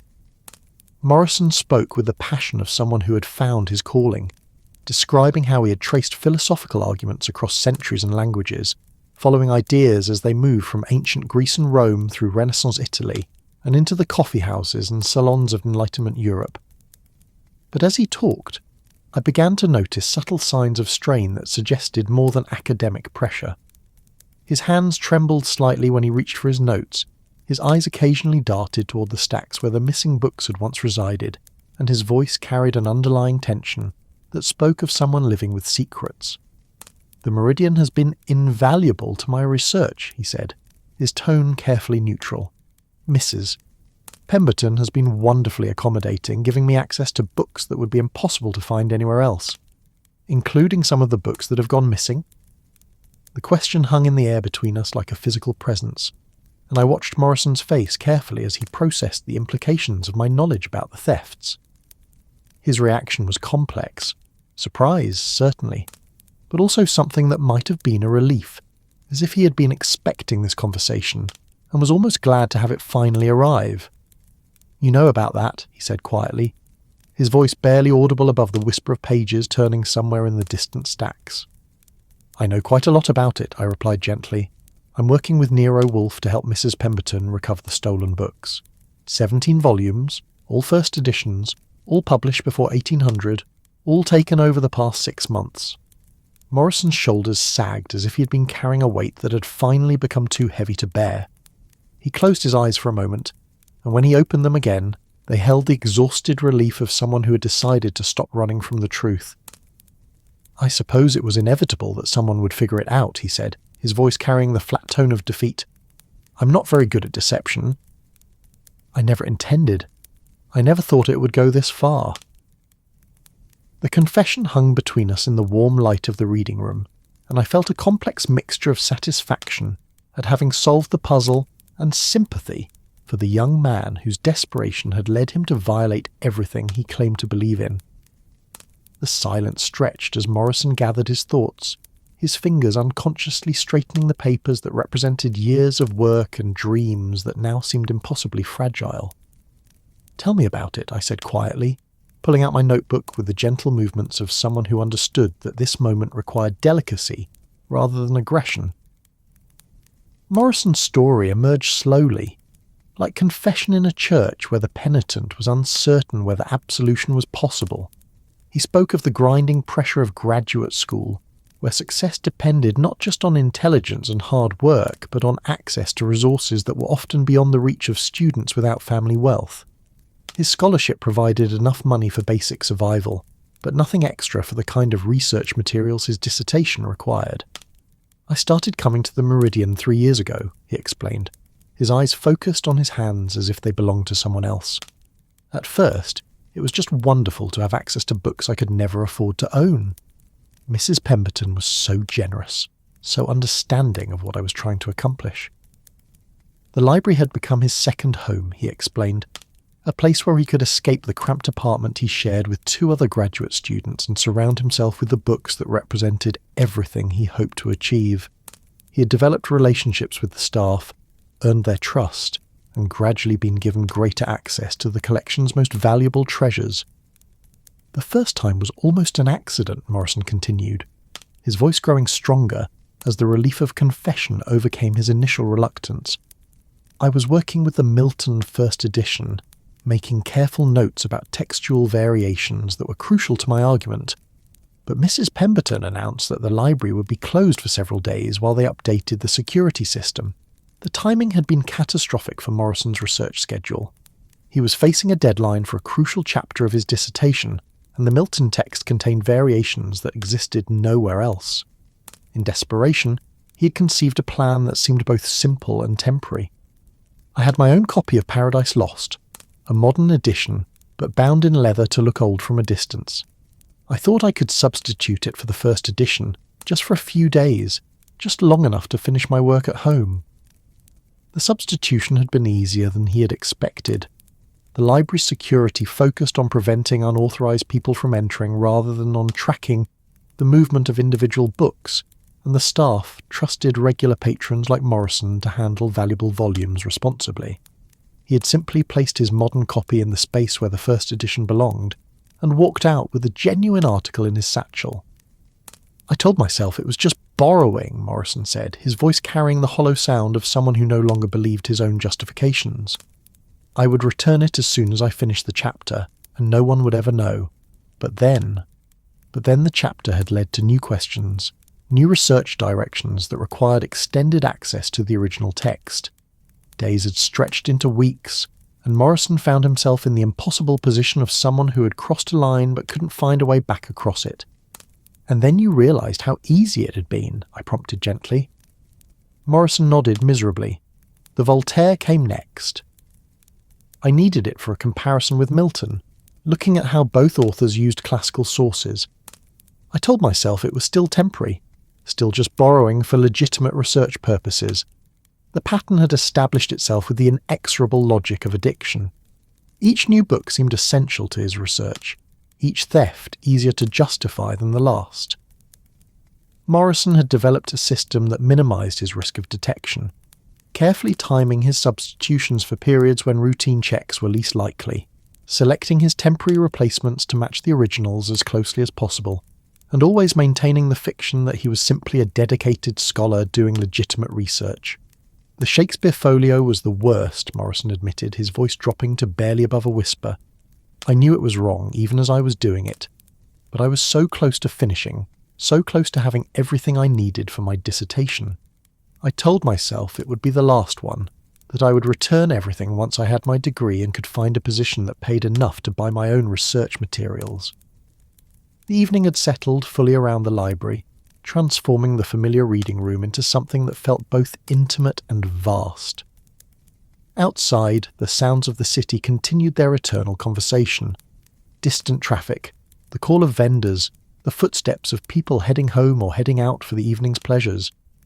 But inside the circle of warm lamplight, Morrison's confession continued with the steady rhythm of someone finally unburdening himself of secrets that had grown too heavy to carry alone. "Where are the books now?" I asked, though I thought I already knew the answer. "In my apartment," Morrison replied immediately, "hidden in a trunk under my bed, wrapped in cloth to protect them from moisture and light. I check on them every day, making sure they're safe. I know it sounds crazy, but I love those books. I would never let anything happen to them." The irony of his situation was both tragic and absurd. A book thief who was also the book's most devoted caretaker, someone who had stolen treasures he couldn't bear to see damaged or neglected. Morrison described the elaborate precautions he had taken to preserve his stolen library. Climate controls improvised from equipment borrowed from the university's science department, storage methods researched in conservation manuals, handling procedures that exceeded those used by many professional institutions. "I know what you're thinking," Morrison said, finally looking up from his hands to meet my eyes. "How could someone who loves books so much steal them? But you have to understand, I wasn't stealing them for money. I was rescuing them from a system that makes knowledge a luxury good, available only to people wealthy enough to afford it." His justification carried the passion of someone who had convinced himself that his crimes were actually moral acts, that stealing from a private library to advance human knowledge was somehow different from ordinary theft. But even as he spoke, I could see the cracks in his reasoning, the growing awareness that good intentions couldn't transform theft into virtue. "I've read every one of those books cover to cover," Morrison continued, his voice gaining strength as he spoke about his genuine scholarship. "I've made discoveries that no one has made before, connections that could change how we understand the development of Western thought. My dissertation will be built on insights that were only possible because I had intimate access to those original texts." The tragedy of Morrison's situation was becoming clear. His research was apparently genuine and potentially valuable, but it was built on a foundation of theft that would invalidate any conclusions he might reach. Even if his insights were brilliant, they could never be published or acknowledged because doing so would require admitting to the crimes that had made them possible. "What did you plan to do when you finished your dissertation?" I asked. Morrison's laugh was bitter and self-aware. "I told myself I would find a way to return them anonymously, maybe claim they had been misplaced and discovered in some forgotten storage area. I knew it was a fantasy, but it was the only way I could live with what I was doing." As the evening progressed, Morrison's story revealed the complex psychology of someone caught between genuine passion for learning and the practical realities of academic life in wartime America. The war had disrupted normal academic careers, creating uncertainty about future employment and pressure to complete degrees quickly before being called to military service. Graduate students like Morrison found themselves competing not just with their peers, but with the possibility that their academic careers might be interrupted indefinitely by military obligation. "I received my draft notice last month," Morrison said quietly. "I'm supposed to report for duty in 6 weeks. If I don't finish my dissertation before then, I may never get another chance. The work I've done, the insights I've developed, they'll all be lost." The revelation added another layer to the tragedy of Morrison's situation. His theft had been motivated not just by scholarly ambition, but by the very real possibility that the war would end his academic career before it had truly begun. The books he had stolen represented not just research materials, but his only chance to complete work that might establish his reputation and secure his future. "Mrs. Pemberton trusted me," Morrison said, his voice breaking slightly with the weight of betrayal he had carried for months. "She believed in my work, encouraged my research, treated me like the serious scholar I wanted to be. And I repaid her kindness by stealing from her." The conversation continued past 10 o'clock, with Morrison providing details about his methods, his motivations, and his growing awareness that his situation had become impossible to maintain. He described sleepless nights spent reading stolen books by lamplight, the constant fear of discovery, and the growing certainty that his research, no matter how valuable, would always be tainted by the circumstances of its creation. "I want to return them," Morrison said finally, his voice carrying the exhausted relief of someone who had decided to stop fighting inevitable consequences. "I know it won't undo what I've done, but at least the books will be back where they belong, available to other scholars who need them." As we prepared to leave the library, Mrs. Pemberton emerged from her office with the quiet dignity that had marked all my interactions with her. She'd clearly been aware of our conversation, and her expression held the complex mixture of sadness, disappointment, and compassion that comes from discovering that someone you trusted has betrayed that trust for reasons you can understand even if you cannot forgive. "David," she said quietly, approaching our table with the careful steps of someone navigating emotional quicksand. "I think we need to talk." The three of us sat in the warm circle of lamplight as Morrison repeated his confession, this time directed toward the woman whose trust he had violated. Mrs. Pemberton listened without interruption, her face reflecting the pain of someone whose life's work had been damaged by someone she had tried to help. "The books are safe," Morrison said finally, his voice barely audible in the library's evening quiet. "I would never let anything happen to them. They've been better cared for than some museum collections." Mrs. Pemberton's response surprised me with its gentleness. "I know you love books, David. That's why this is so hard to understand. How could you take them away from other scholars who need them just as much as you do?" Morrison's face crumpled with the weight of guilt he had been carrying for months. I told myself I was the only one using them, that my research was more important. But I knew that wasn't true. Professor Blackwood asked about Milton just last week, and I had to sit there and pretend I didn't know where it was. The evening light filtering through the tall windows had faded to the deep blue of approaching night, and the library around us felt like a sanctuary where truth could finally be spoken after months of deception. Mrs. Pemberton reached across the table and placed a hand gently on Morrison's shoulder, a gesture that spoke of forgiveness, even as it acknowledged the magnitude of his betrayal. "The important thing now is getting the books back safely," she said, with the practical wisdom of someone who had spent decades solving problems rather than dwelling on regrets. "Can you bring them tomorrow?" Morrison nodded eagerly, relief evident in every line of his body. "I can have them all here first thing in the morning. I've kept detailed records of their condition, photographs of any existing damage, notes about proper handling. I wanted to make sure they would be returned in perfect condition." As we finally left the library and stepped out into the November night, I found myself thinking about the complex motivations that had driven Morrison to theft, and the even more complex emotions that his confession had revealed. Here was someone who had committed serious crimes out of genuine love for the very things he had stolen, someone whose passion for knowledge had led him to act against his own moral principles. The walk to Morrison's apartment took us through the kinds of neighbourhoods where graduate students and struggling artists made their homes, areas where old brownstones had been divided into small apartments, and where the smell of cooking and the sound of multiple languages created an atmosphere of barely controlled chaos. Morrison's building was typical of the type, a 4-story walk-up with narrow stairs and the kind of thin walls that made privacy a luxury few tenants could afford. His apartment was exactly what I had expected, a single room that served as bedroom, study and library, with books stacked on every available surface, and papers covering a desk that appeared to have been constructed from a door and 2 sawhorses. But what struck me most was the reverent way he moved through this cramped space, the obvious care with which every book and paper had been arranged.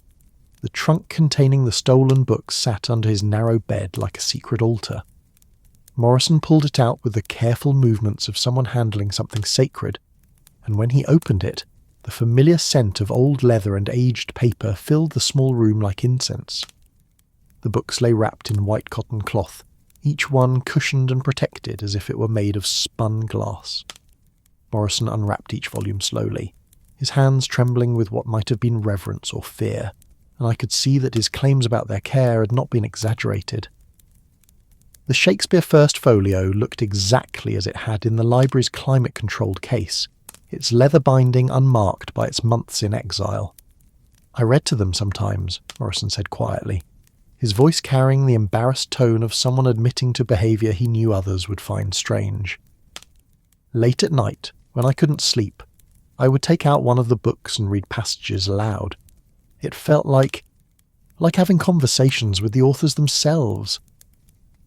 As we carefully repacked the books for their return to the library, Morrison's relief was almost tangible. The weight of his secret had been crushing him for months, and the prospect of finally unburdening himself seemed to restore some of the vitality that guilt had drained from him. The night air carried the first hint of winter as we made our way back through the quiet streets, Morrison carrying his precious burden with the careful steps of someone transporting treasure. The city around us had settled into its late evening rhythms, and the few people we encountered moved with the purposeful stride of those who had specific destinations in mind. By the time we reached the library, Morrison had begun to speak of his future with something approaching hope. His draft notice still loomed, but the possibility of completing his dissertation honestly, using proper citations and legitimate research methods, seemed to have restored his faith in the value of his work. "I know I'll never be able to publish the insights I gained from having those books at home," he said, as we climbed the library's front steps. "But maybe that's as it should be. Knowledge gained through theft can never be truly legitimate, no matter how brilliant the conclusions might be." The evening ended with the books safely returned to their proper places, Morrison signing a statement acknowledging his theft and his responsibility for any consequences, and Mrs. Pemberton demonstrating the kind of compassionate leadership that made institutions like the Meridian Library possible.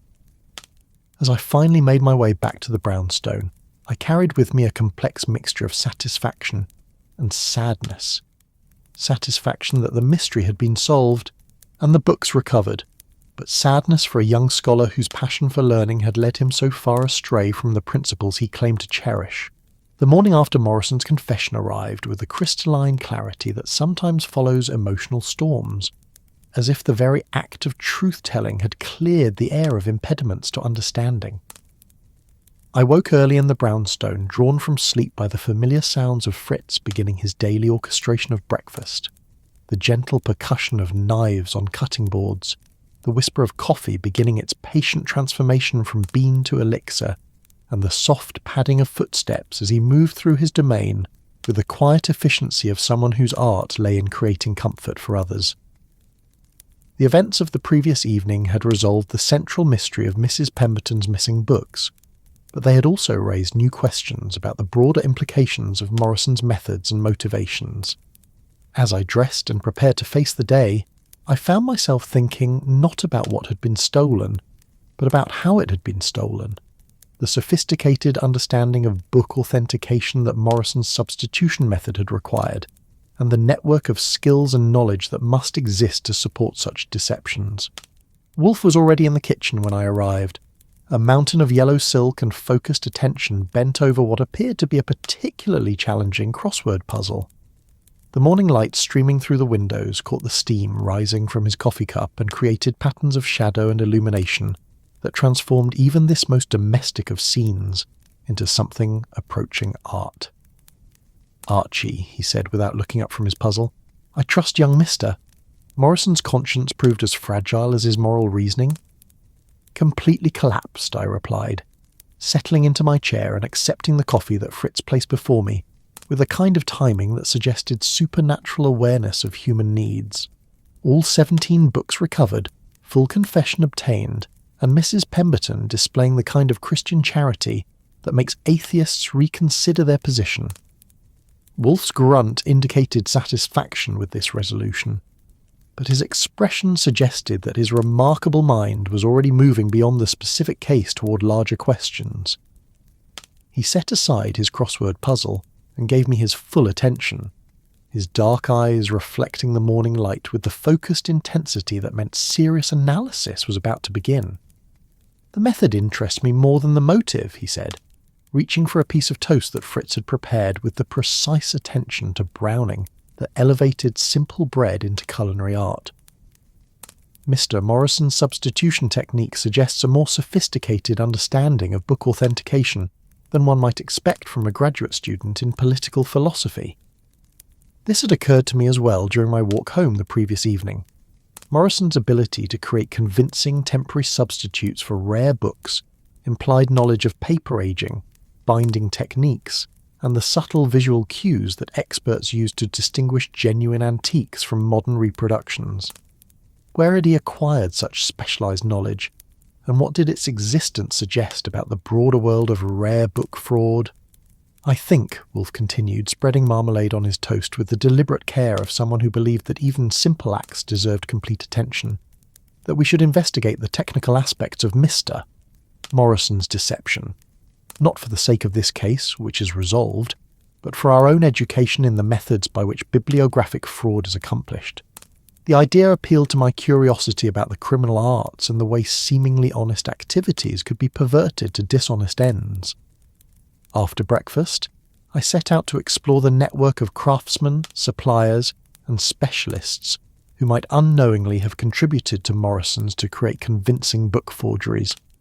My first stop was Bleecker Street Paper Company, a small shop in Greenwich Village that specialised in providing materials for artists, bookbinders, and the kind of craftspeople who still practiced trades that had been old when Gutenberg was young. The shop occupied the ground floor of a narrow building that leaned against its neighbours like an elderly scholar requiring support, and the windows displayed an array of papers and textures and colours that spoke of methods and traditions stretching back centuries. The proprietor was a woman of perhaps 50 named Sarah Chen, possibly related to Miss Chen from the library, though I didn't inquire, whose hands bore the permanent stains of someone who worked daily with inks and dyes. Her shop was a wonderland of textures and scents, handmade papers from Japan that felt like silk beneath the fingers, Italian marbled, papers that seemed to contain entire universes in their swirling patterns, and practical stocks of writing paper, blotting paper, and the specialised materials that bookbinders used to create and repair volumes that might last for centuries. "You'd be surprised," Mrs. Chen said when I explained my interest in tea, "the technical aspects of aging paper. How many people want to make new things look old? Art students working on historical projects, theatre people creating props, collectors who want to repair damaged books without the repairs being obvious." She led me through her shop, pointing out the various techniques and materials used to give modern paper the appearance and texture of age.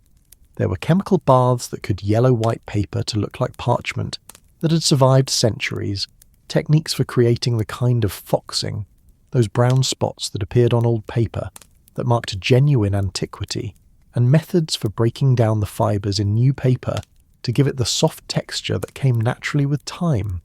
"The key," Mrs. Chen explained, running her fingers along a sheet of paper that looked genuinely ancient despite being less than a week old, "is understanding that aging isn't just about colour. Old paper feels different, smells different, responds to light differently. A really good forgery has to fool all the senses, not just the eyes." The technical details she described were fascinating and disturbing in equal measure. Modern chemistry and an understanding of how materials age naturally could be combined to create papers that would fool all but the most sophisticated experts. The process required time, skill, and considerable knowledge of historical papermaking techniques, but it was clearly within the reach of someone with Morrison's intelligence and academic resources. My afternoon was spent in a very different environment, visiting the workshop of Giuseppe Torriani, a master bookbinder whose shop on the Lower East Side served collectors and institutions throughout the city. Torriani was a small, intense man of perhaps 60, whose hands moved with the precise authority of someone who had spent decades working with leather, thread, and the traditional tools of his trade. His workshop was a museum of bookbinding history, with tools that range from medieval bone folders to modern finishing presses, and examples of his work that demonstrated mastery of techniques dating back to the Renaissance. The air was thick with the scent of leather and the various adhesives and treatments used to preserve and repair books, and every surface was covered with volumes in various stages of restoration. "Ah, you ask about forgery," Torriani said when I explained my interest, his slight Italian accent adding music to words that carried obvious passion for his craft. "It is a terrible thing to use these beautiful techniques for dishonest purposes. But yes, I have seen it. People who learn enough to fool those who know little, but not enough to fool those who know much." He showed me examples of his restoration work, pointing out the subtle differences between legitimate repair and deceptive alteration. A book's binding could be aged artificially using techniques similar to those used on paper: chemical treatments, careful application of wear patterns, and the skilled reproduction of traditional construction methods. But as with paper forgery, the key lay in understanding not just how things looked, but how they felt, smelled, and responded to handling. "The young man you describe," Torriani said thoughtfully, "he would need to understand leather, thread, adhesives, all the materials we use.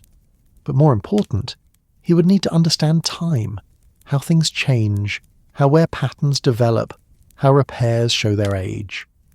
Torriani's assessment suggested that Morrison's substitution technique had required considerably more sophistication than might initially appear. Creating temporary substitutes convincing enough to fool casual observation by library staff would have demanded not just artistic skill, but genuine expertise in the physical properties of old books and the subtle signs by which authenticity was determined. The evening found me in Washington Square Park, watching the last light of day filter through the bare branches of trees that had witnessed decades of the city's evolution.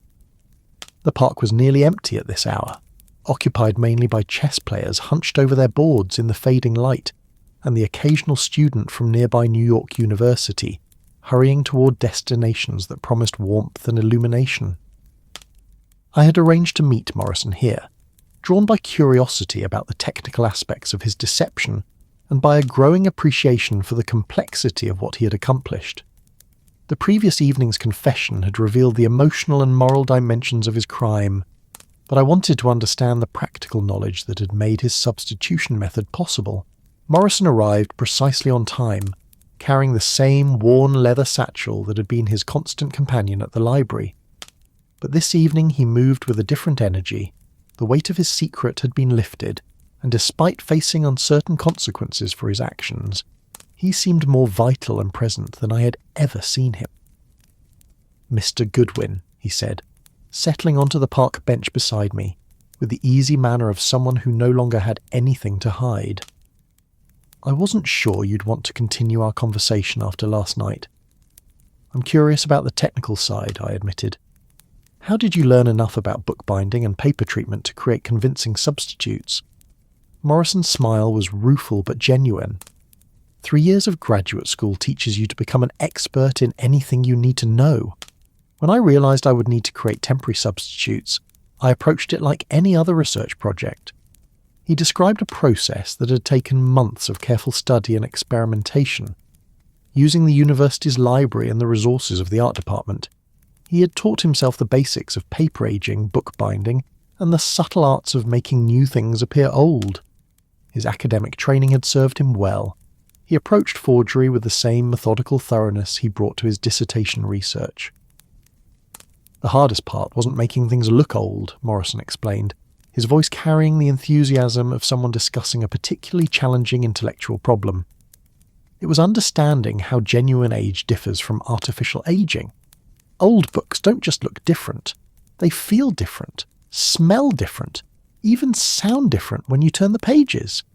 He had spent hours in libraries and museums, studying not just the books themselves, but the way experts handled and evaluated them. He learned to recognise the subtle signs that distinguished genuine antiquity from clever reproduction, the way old leather developed its patina, how historical inks faded in patterns that could be predicted but not easily duplicated, and the complex interplay of factors that gave genuinely old books their unique character.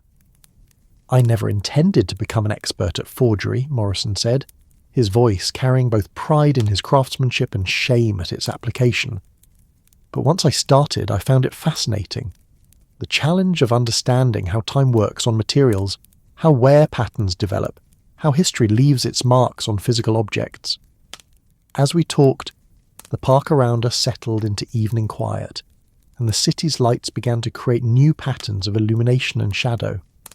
Morrison described the specific techniques he had used for each substitute book, the research required to understand historical binding methods, and the careful attention to detail that had made his deceptions convincing enough to fool casual inspection. "Milton was relatively simple," he explained. "Paradise Lost has been reprinted so many times that finding a leather-bound edition from the right period wasn't difficult. I just had to age it appropriately and make sure the dimensions matched. The Shakespeare First Folio had presented a much greater challenge. Few modern reproductions existed, and those that did were easily recognisable to experts." Morrison had been forced to create his substitute almost entirely from scratch, using historical binding techniques and materials that matched those used in the 17th century. "I spent 2 months working on that substitute," he said, with the evident satisfaction of someone describing a particularly successful project. Hand-setting type, aging paper, learning period binding techniques. By the time I was finished, it would have fooled anyone who didn't examine it closely. The technical expertise Morrison had developed was impressive and troubling in equal measure. His academic training had given him the research skills necessary to master complex crafts. His financial desperation had provided motivation, and his access to university resources had supplied the materials and equipment needed to create sophisticated forgeries. "What troubles me," Morrison continued, his voice growing more thoughtful as the conversation progressed, "is how much I enjoyed the technical challenge. Even now, knowing that what I did was wrong, I take pride in the craftsmanship that went into those substitutes." The conversation continued as darkness settled fully over the park, and Morrison revealed the extent of his transformation from struggling graduate student to accomplished forger. He had developed not just technical skills, but an understanding of the psychology of authentication, the ways in which experts' expectations could be influenced, the importance of context in determining how closely books would be examined, and the subtle art of creating deceptions that work just well enough for their intended purpose. "I learned that most authentication happens at a glance," Morrison explained. "People see what they expect to see, especially in familiar environments. As long as my substitutes looked right from a distance and felt approximately correct when handled, they served their purpose." As our conversation wound toward its conclusion, I found myself with mixed feelings about Morrison and his crimes. His theft of the library's treasures was inexcusable, but his confession had revealed someone whose love of learning had led him into territory far more complex than simple burglary. The skills he had developed in service of his deception were genuinely impressive, and his understanding of historical crafts and materials was probably superior to that of many professional conservators. "What will you do with all this knowledge?" I asked as we prepared to part ways. Morrison's laugh was self-aware but not entirely bitter. "I've been thinking about that. Maybe there's a legitimate use for understanding these techniques, helping museums detect forgeries, teaching conservators about historical methods, contributing to the scholarly understanding of how books age and change over time." The possibility seemed to energize him in a way that academic success alone had not. I could write about the technical aspects of my substitution method and describe the research that went into understanding historical bookmaking techniques.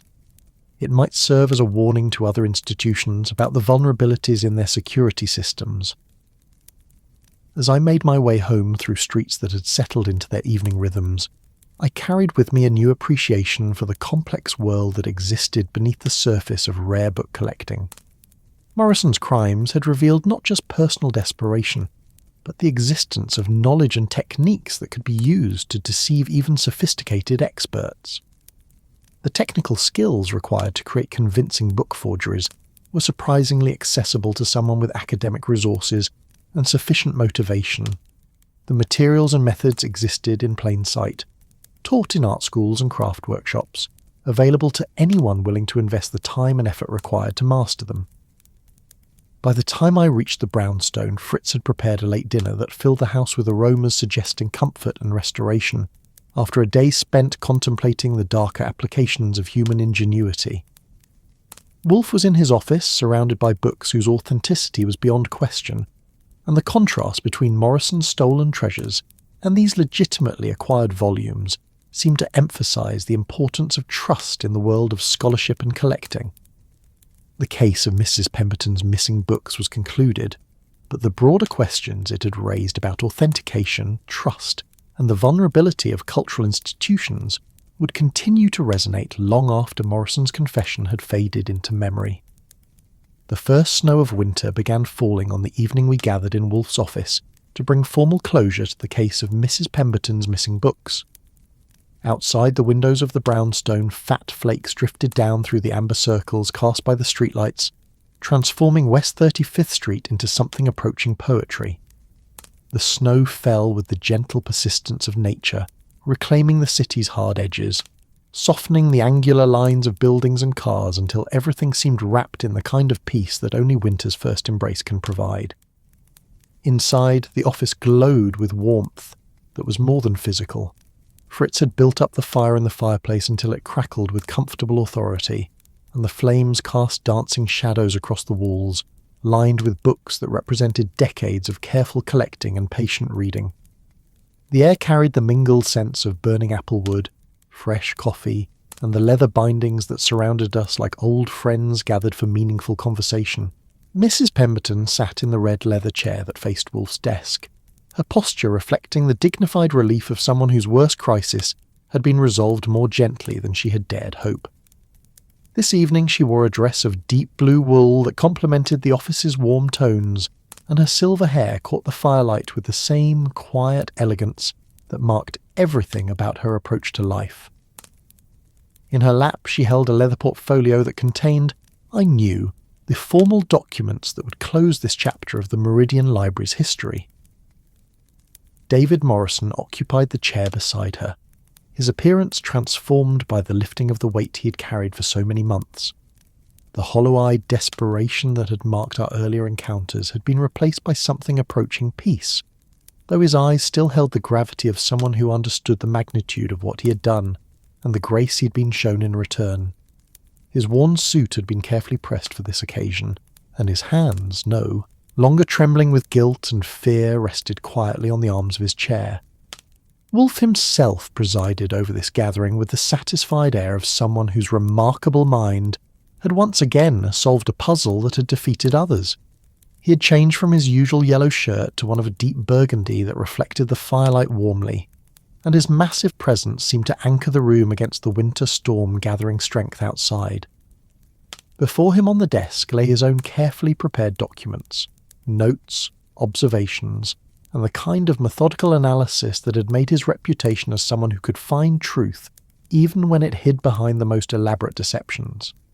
Mrs. Pemberton, Wolfe began, his voice carrying the measured authority that marked his formal pronouncements.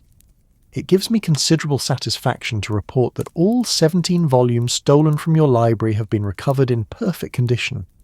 Moreover, the person responsible has made a full confession and expressed genuine remorse for his actions. Mrs. Pemberton's smile was gentle but complex, reflecting forgiveness tinged with the sadness that comes from discovering that someone you trusted has betrayed that trust, for reasons you can understand even if you cannot condone. Mr. Morrison has already apologized more thoroughly than necessary, she said, her voice carrying the warmth of someone whose nature inclined toward compassion rather than condemnation. What matters now is ensuring that nothing like this happens again. The conversation that followed was unlike any other resolution to a criminal case I had witnessed in my years with Wolfe. Instead of accusations and punishments, we found ourselves engaged in something approaching a seminar on the nature of knowledge, trust, and the responsibilities that come with access to humanity's cultural treasures. Morrison had prepared a detailed account of his methods, motivations, and the technical knowledge he had acquired in service of his deception. But rather than simply confessing to theft, he had transformed his experience into a kind of scholarly paper that analysed the vulnerabilities in library security systems and proposed methods for preventing similar crimes in the future. I spent months learning techniques that could be used to deceive even sophisticated collectors, Morrison said, his voice carrying the complex mixture of pride and shame that had marked all his reflections on his criminal expertise. But I also learned how those same techniques could be detected and prevented by people who understood them. He had brought with him examples of his substitute books, not the crude imitations I had expected, but sophisticated forgeries that demonstrated genuine mastery of historical bookbinding and paper treatment techniques. Seeing them displayed in Wolfe's office, surrounded by authentically old volumes, made their quality even more impressive and disturbing. The key insight, Morrison continued, opening his portfolio to reveal detailed notes and photographs, is that authentication depends more on context and expectation than most people realize. In a trusted environment like the Meridian, books are rarely subjected to the kind of intensive examination that would reveal sophisticated forgeries. Mrs. Pemberton leaned forward with the keen interest of someone whose life's work had been devoted to preserving and protecting rare books. You're suggesting that we need to change our procedures. Not dramatically, Morrison replied, his academic training evident in the organised way he presented his conclusions, but certain simple precautions, regular detailed inventories, random authentication checks, better training for staff in recognizing signs of forgery, could make this kind of theft much more difficult. Wolfe listened to this exchange with the satisfied attention of someone whose understanding of human nature was being confirmed once again. "Mr. Morrison," he said when the young scholar had finished his presentation, "you've managed to transform criminal behaviour into educational opportunity. It is, in its way, quite remarkable." The snow continued its gentle assault on the windows, and somewhere in the house Fritz moved through his evening routines with a quiet efficiency that made domestic life possible for those of us whose minds were occupied with larger mysteries. The sound of his preparations for what would undoubtedly be another masterful dinner provided a comforting background to our more serious discussions. "There remains," Wolfe continued, "the question of consequences. Mr. Morrison has confessed to theft of valuable property, violated the trust of an institution that showed him kindness, and demonstrated skills that could be used for more extensive criminal activity. Justice would seem to demand punishment." The words hung in the air like smoke from the fireplace, and I could see Morrison tense despite the gentle tone in which they had been delivered. Mrs. Pemberton's expression grew more serious, and the comfortable warmth of our gathering was momentarily overshadowed by awareness of the legal and moral complexities we still faced. "However," Wolfe added, his tone shifting subtly, "justice must be balanced against wisdom, and wisdom suggests that punishment should serve the cause of prevention rather than mere retribution." What followed was one of the most elegant solutions to a criminal case I had ever witnessed. Rather than involving the police or pursuing formal charges that would destroy Morrison's academic career and serve no useful purpose, Mrs. Pemberton and Wolfe had devised an arrangement that served both justice and mercy while advancing the cause of knowledge that had motivated Morrison's crimes in the first place. Morrison would complete his dissertation, using only legitimate research methods and properly cited sources. His insights into rare book authentication and security would be incorporated into a scholarly paper that would be published under the joint authorship of himself and Mrs. Pemberton, contributing to the professional literature in a way that might prevent similar crimes at other institutions. Most significantly, Morrison would spend the remainder of his time before military service working at the Meridian Library as a volunteer consultant, using his hard-won expertise in forgery detection to help establish new authentication procedures that would protect the collection from future theft attempts. "The skills you developed in service of crime," Mrs. Pemberton explained, her voice carrying both firmness and kindness, "can be redeemed through service to legitimate scholarship.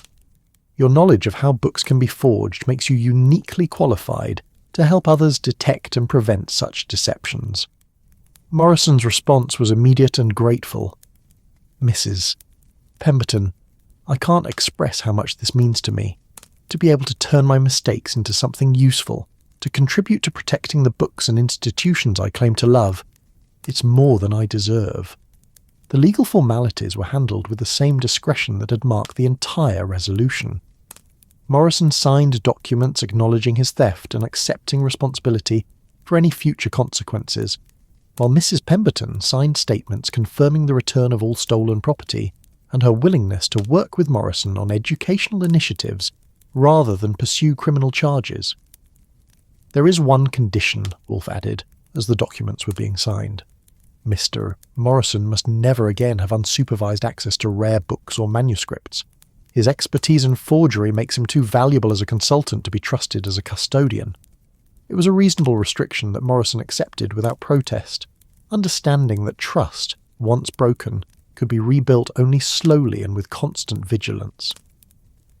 As the evening progressed, our conversation moved from the specifics of Morrison's case to broader questions about the nature of scholarship, the responsibilities of institutions that preserve cultural treasures, and the complex motivations that drive people to dedicate their lives to the pursuit of knowledge. Morrison spoke eloquently about his genuine passion for understanding the development of human thought across centuries, describing insights he had gained not just from his stolen books, but from the months of anxiety and guilt that had followed their theft. His experience had given him a deeper appreciation for the moral dimensions of scholarship and the importance of the trust that makes the intellectual community possible. "I learned that knowledge gained through deception is ultimately worthless," he said, his voice carrying the conviction of someone whose beliefs had been tested by experience. "Even if my insights were brilliant, they could never be fully legitimate because they were built on a foundation of betrayal." Mrs. Pemberton nodded with the understanding of someone who had spent decades thinking about the relationship between knowledge and character. "Books are more than repositories of information," she said quietly. "They are trust made physical, trust between authors and readers, between institutions and scholars, between past and present. When that trust is violated, the entire enterprise of learning suffers." The fire had settled into a steady glow that filled the office with warmth while the snow continued its gentle transformation of the world outside. Fritz appeared periodically to refresh our coffee and tend the fire, his presence a reminder of the domestic comforts that made intellectual pursuits possible. Wolfe, who had been listening to our discussion with the patient attention he brought to all questions that engaged his remarkable mind, leaned back in his chair and offered his own observations on the case and its resolution. "Crime," he said in the measured cadence that marked his philosophical pronouncements, "is often the perversion of legitimate desires. Mr. Morrison's theft grew out of genuine love for learning, just as many financial crimes grow out of legitimate needs for security. The challenge for justice is to address the underlying desires in ways that serve rather than subvert the social good." He gestured toward the documents that would formalize Morrison's redemptive service to the library. "In this case, we have transformed criminal expertise into institutional protection. Mr. Morrison's knowledge of forgery techniques will serve to prevent future crimes, and his experience with the moral complexities of scholarly desire will make him a more effective guardian of academic integrity." As our gathering drew toward its close, I found myself reflecting on the unusual nature of the case we had just resolved. Unlike most of the crimes that brought clients to Wolfe's door, this one had been solved not through the exposure of hidden villainy, but through the careful untangling of complex motivations and the discovery of redemptive possibilities within criminal behaviour. Morrison's theft had been wrong, but it had grown out of authentic scholarly passion rather than simple greed. Mrs. Pemberton's response had demonstrated that forgiveness could be both principled and practical, serving the cause of prevention better than punishment. And Wolfe's analysis had revealed the deeper patterns that connected individual criminal behaviour to broader questions about knowledge, trust, and the institutions that preserve human culture. The snow had intensified while we talked, and by the time Mrs. Pemberton and Morrison prepared to leave, the street outside had been transformed into something approaching a winter wonderland. The harsh edges of the city had been softened by nature's gentleness, and the light from windows and street lamps created a warm glow that seemed to promise peace and renewal. "Thank you," Mrs. Pemberton said as she gathered her coat and portfolio, "both of you for handling this with such wisdom and discretion. The Meridian Library is fortunate to have friends who understand that protecting books means protecting the trust that makes scholarship possible." Morrison's departure was more complex, carrying as it did the weight of genuine transformation and the uncertainty of military service that loomed in his immediate future. But his handshake was firm and his eyes clear, suggesting someone who had found a way to live with his mistakes while working to redeem them through service to the ideals he had temporarily betrayed.